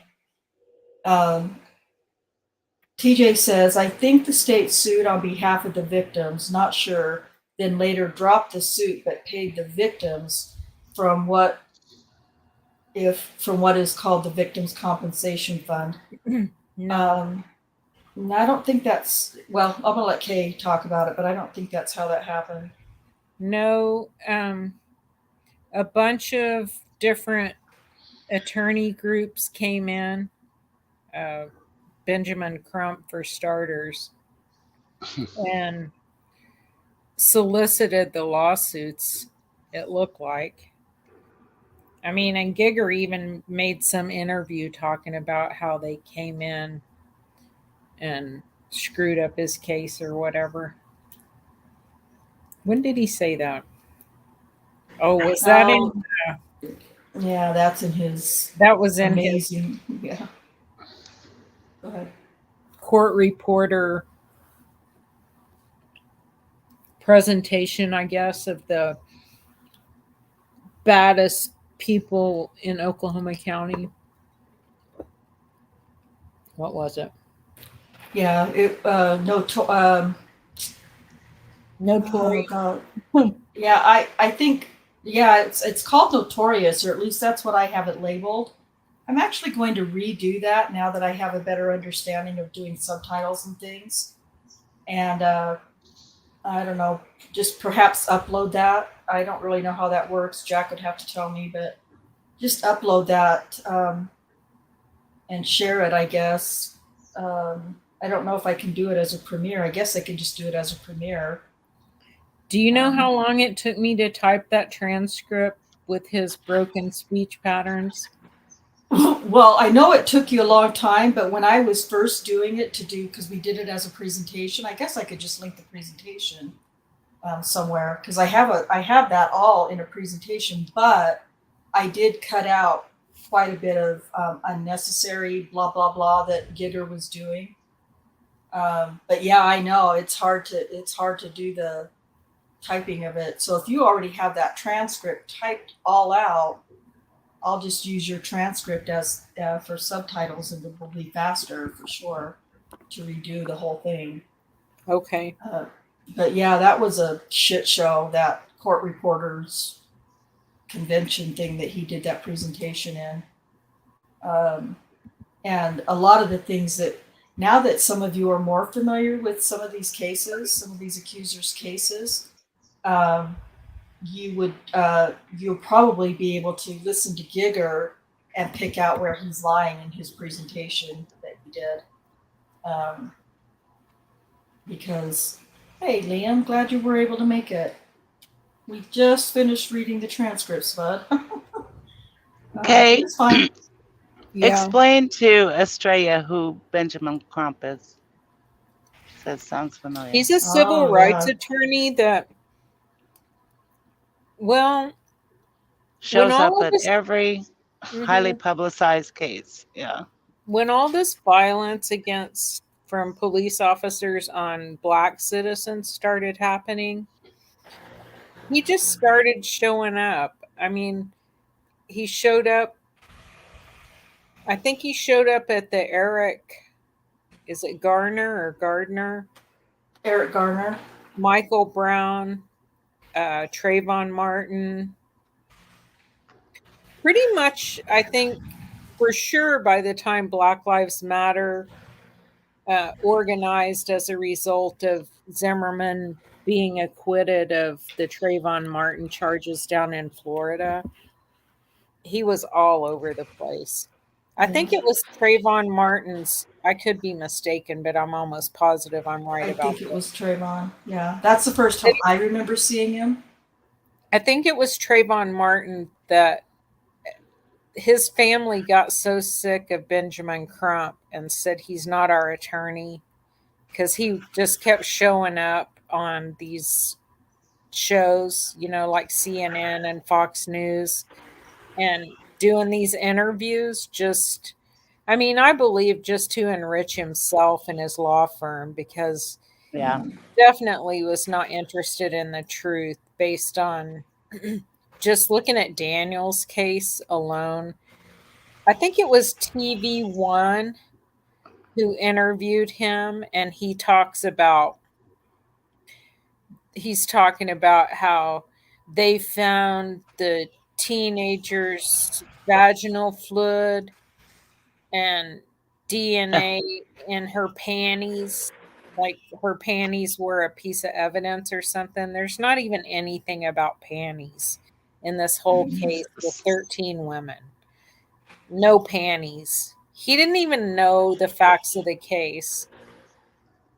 And I don't know if his firm took the lead on filing that civil rights lawsuit, but they could have taken their time and investigated the facts of this case, and they could have won some real money against the city of Oklahoma City, but And all the Gregory and Blinkwinkle. Mhm. Yeah. Yeah.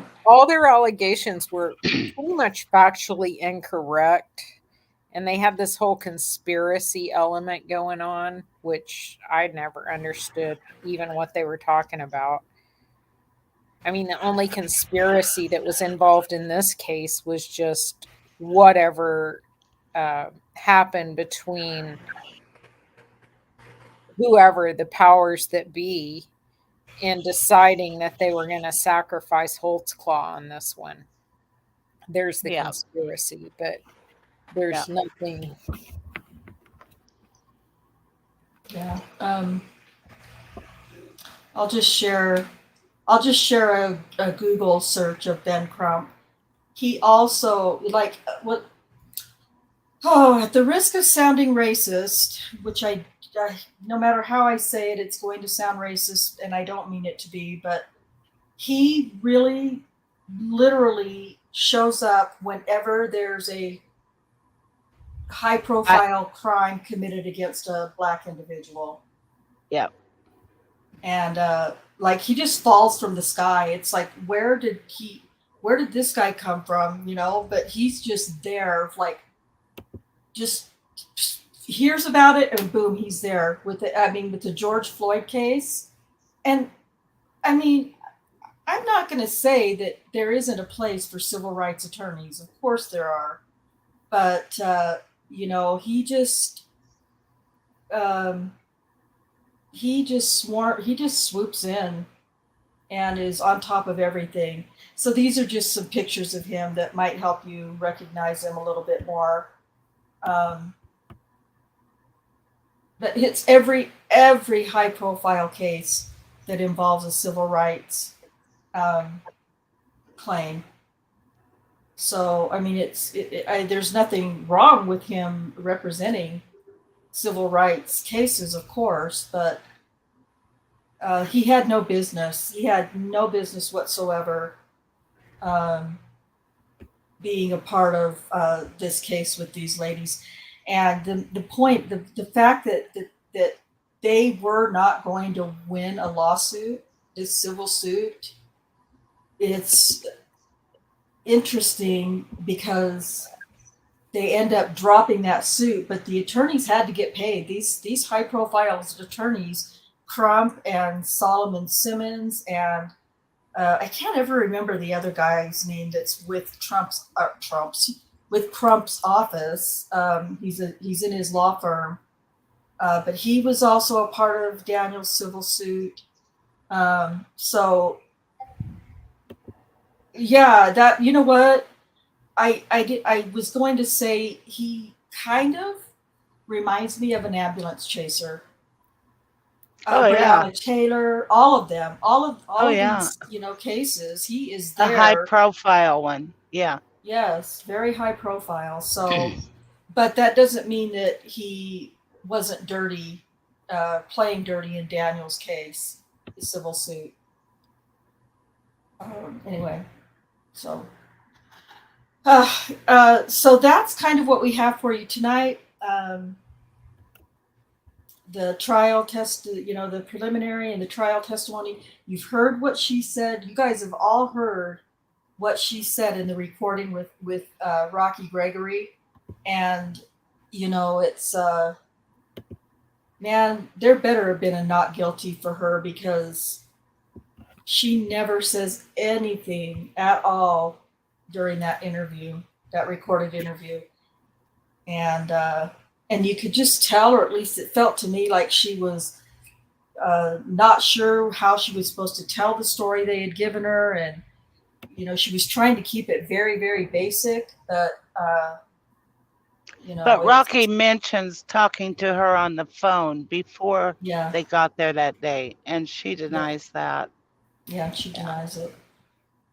A lot of some I don't recalls, and to me, when you hear I don't recall, it's that's the way to get out of lying. Yeah, Even though yeah. it is a lie. Yeah, exactly. It's still a lie, but it sounds better to say just say I don't recall. So, okay. Looks like I've been trying to cover the questions in the chats, both chats from Foul Play and from my channel. And so, like we said, we have Australia who says she's also called Star, is new, and we're glad to have you, and we appreciate all of your your questions and your input. And she says, I reposted something on Daniel's case the other day, and a journal shared it. I hope he picks up the case. Oh, great! Which journal? Yeah, which journal, and what did you share? Can you give us a link? Yeah. Well, what is this, Kay? It's the transcript of Notorious for. Oh, gotcha. Oh, okay, okay. If you want to Journalist. put it out there for public to look at. Okay. Oh, okay. Journalist. We need to add the link for the video up on the top there, if you don't mind. The new one you were talking about, Kay? The Notorious.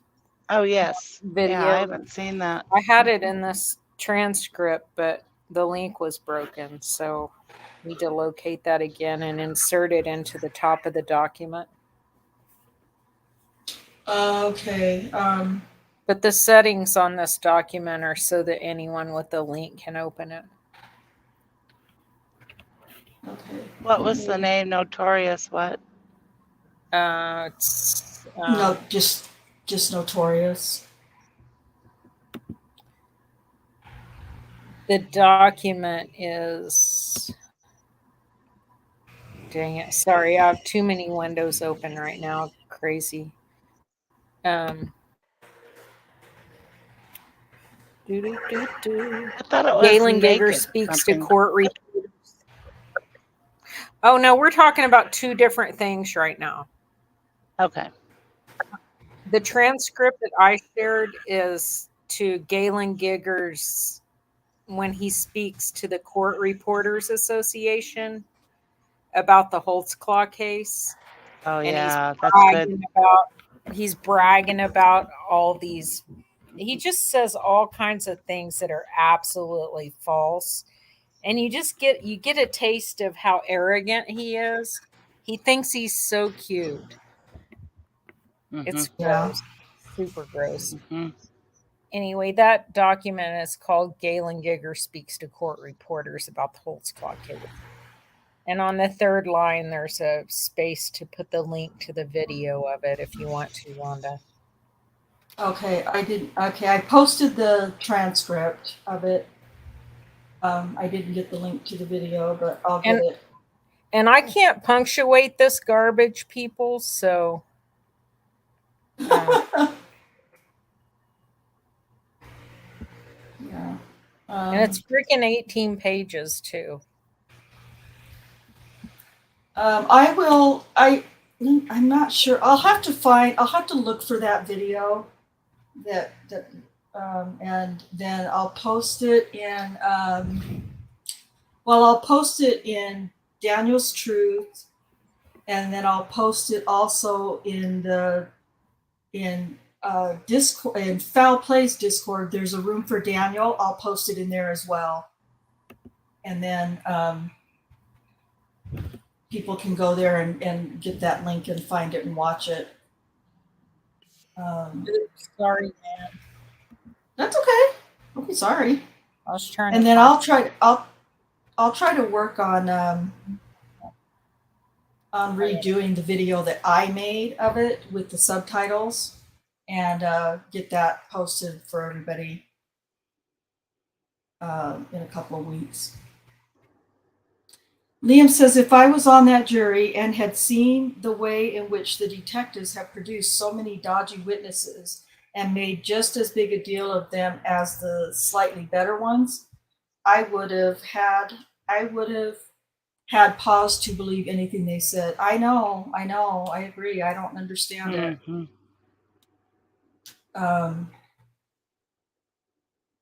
So yeah, it's anyway. But for now, I will, unless.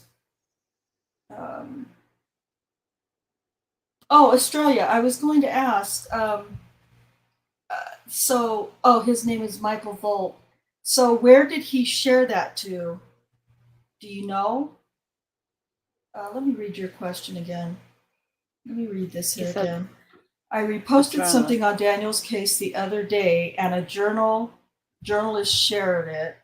I hope he picks the case up. Where his name is Michael Volt. Where did he share it? Do you know, Star? I'm just curious because on his Facebook page. Okay. All right, we'll have to check for that. And see what we can find out. Oh, okay. He's based in Chicago.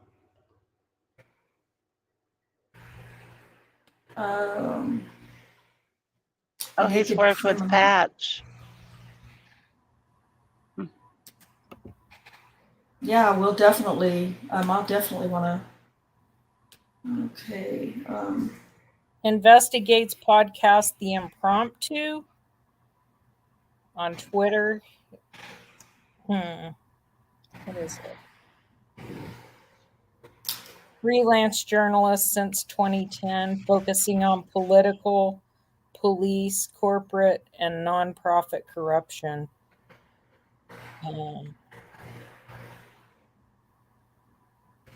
Crime Magazine. Okay. Cool. Yellow Cottage Tales might pick up the case. I'm bugging them. Yeah, please, bug away, and if if they want to contact any of us as well, of course we would, be happy to talk to him. Kay, most likely be very happy to speak with him and give him as much information as possible. Oh yeah, I forgot to tell you guys. The two cops that did that 3-part series and about Daniel's case, and they talked about police culture in the first episode. Oh, yeah, failure to stop, right? I think that was like back in May or something. Yes, failure to stop. Jenny did an interview with them, which is supposed to air on Friday. Cool. And I'm not sure if it's airing on their podcast or first on their Patreon. Oh, okay. I'm not. I'll give you my email address.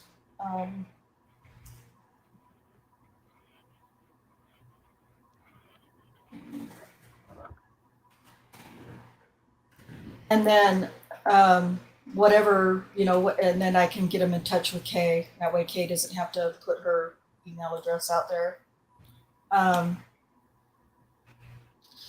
Yeah, so, but you don't know when it's, sorry, I'm so distracted. So they're going to, you don't know when they're going to air the interview? Friday, tomorrow. Oh. I just don't know if it's going to air tomorrow on their Patreon or on their podcast. Okay, I'll have to check it out. I have their Patreon, so. I know you said you did. Me too. Yeah, and Cherie does too. Yeah. Well, it might be listed on there. You guys should go check it out and see if they're doing any teasers about it on Patreon. Yeah.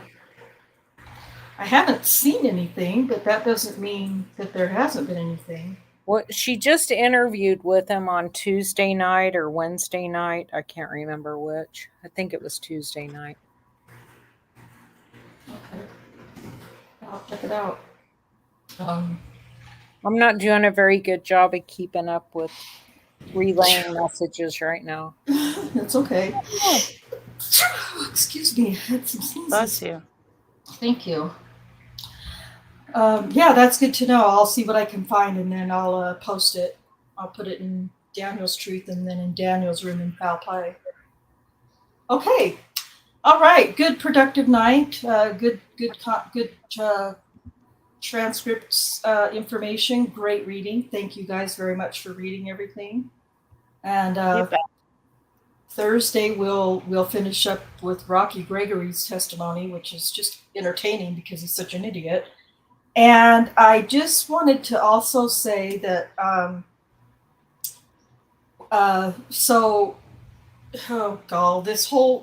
convicting, I guess, starts on September 8th. Well, the first 3 episodes are going to be released for free for people to watch for free, convicting episodes. And then I guess they're going to air each week after that. And how many episodes are there, Jack? I think 10 is what I remember reading. 10. So there would be 7 more. So there will be 7 more, from what we understand, episodes, but that those people are releasing it. They're doing their episodes on Thursday nights. I told you what we could do. I told you I'll ride shotgun and we'll just do it. Okay. Okay. All right. Jack, tell them what you told me. Who would run down Candace Owens and just get up in her grill and say, "Look, I won't say what I said to you, but look here, you're gonna have to back off, Jack, and move your nut." Gonna have to get a different night because we got 20 people watching my podcast on Thursday nights. Yeah, Estrella, convicting a murderer has been in the works actually since 2018. It's kind of it's not kind of, it is the counter documentary of Making a Murderer, which was the Netflix hit, of course, and that released at the end of 2015. This is made by Gilters. It's being released on the Daily Wire, finally, after years and years of being in post-production. So... are you familiar with Making a Murderer, Star? Because we're also, all of us here on the panel are also very, very, very, very involved with that case as well on Foul Play. So if you're not familiar with Making a Murderer, convicting might not make any sense to you, but... Stephen Avery, Brendan Dassey. Oh, yeah. Yep. Teresa Yeah. Halbach, RAV4. Ken Kraft. Oh God! Now I'm a little sick, but yeah, that's right. Ken Kratz. Yeah. Anyway, convicting a murder. So that's what we're talking about. Yeah, that's what Rhonda's talking about. Convicting a murder. From what we're told, is 10 episodes, beginning on September 8th. The first 3 episodes come out free, and then every week from there forth, you have to subscribe to the Daily Wire, and every Thursday an episode will drop. For 7 more weeks, I guess. So my point is that I can't compete with that. So Just move it to Wednesday if you can. I can do any other day. if Wednesday works with everybody else, I can move. Works for me. Okay. So. No. I'm not available Wednesdays, but Oh, that's right. Well, I need you to help us read. Well, do it Tuesday then. Yeah, we'll do it. Probably it'll be Tuesday. Probably Tuesday. Tuesdays are good. Yeah. Okay. I'll probably move it to Tuesdays, starting September 8th. The week of September 8th, it'll be Tuesday. Oh yeah, I instead of remember now. Thursday. Sister Susan Yeah. goes to Bumfuck on Wednesdays. My bad. Yeah. I do. Yep, that's right. Okay. So I'm gonna, as far as Daniel, we're gonna wrap this up here. Jack, do you have anything else you'd like to comment on? Well, just a quick plug for Foul Play, because we'll be continuing on with episode 22 of chapter 14, reading with the crew of John Farrak's book on Saturday, 5 p.m. Central. And the plan is now, as far as I know, we're going to continue with part 2 with Travis. That's what he indicated this past Sunday. So, as far as I know, that's what we'll be doing on Sunday. Will be part 2 of Travis Williamson. He's a lawyer. He's going to be answering, going through more of this post-conviction material and answering more questions that, just about the process and helping us understand. So that's the plan right now.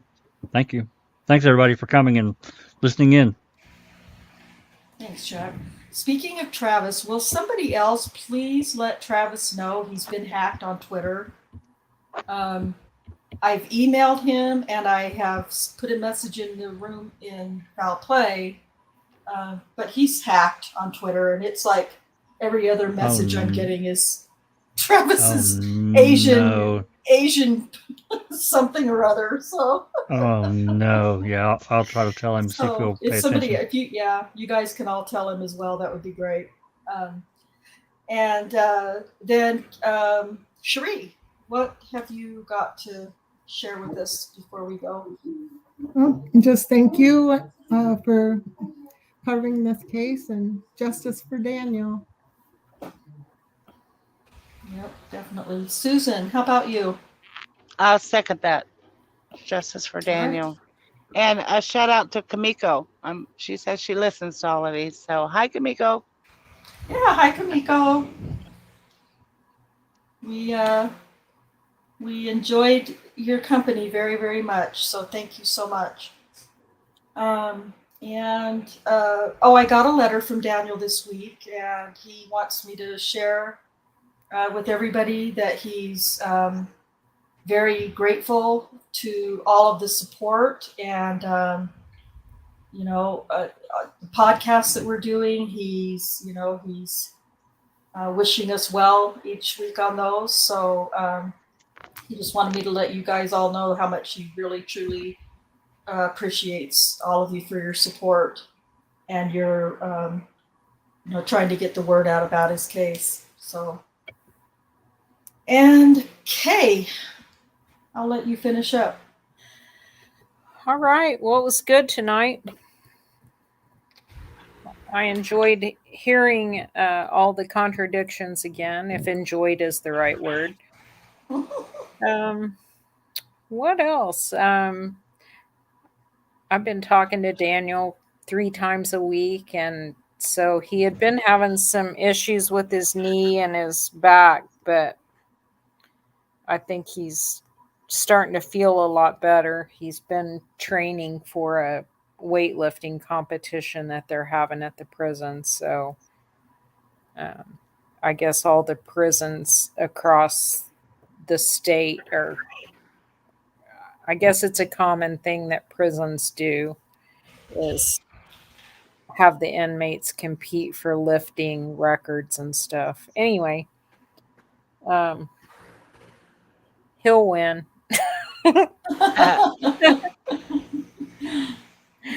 He's already broken a few records there, so it gives him something to focus on, I guess, because there's just not a whole lot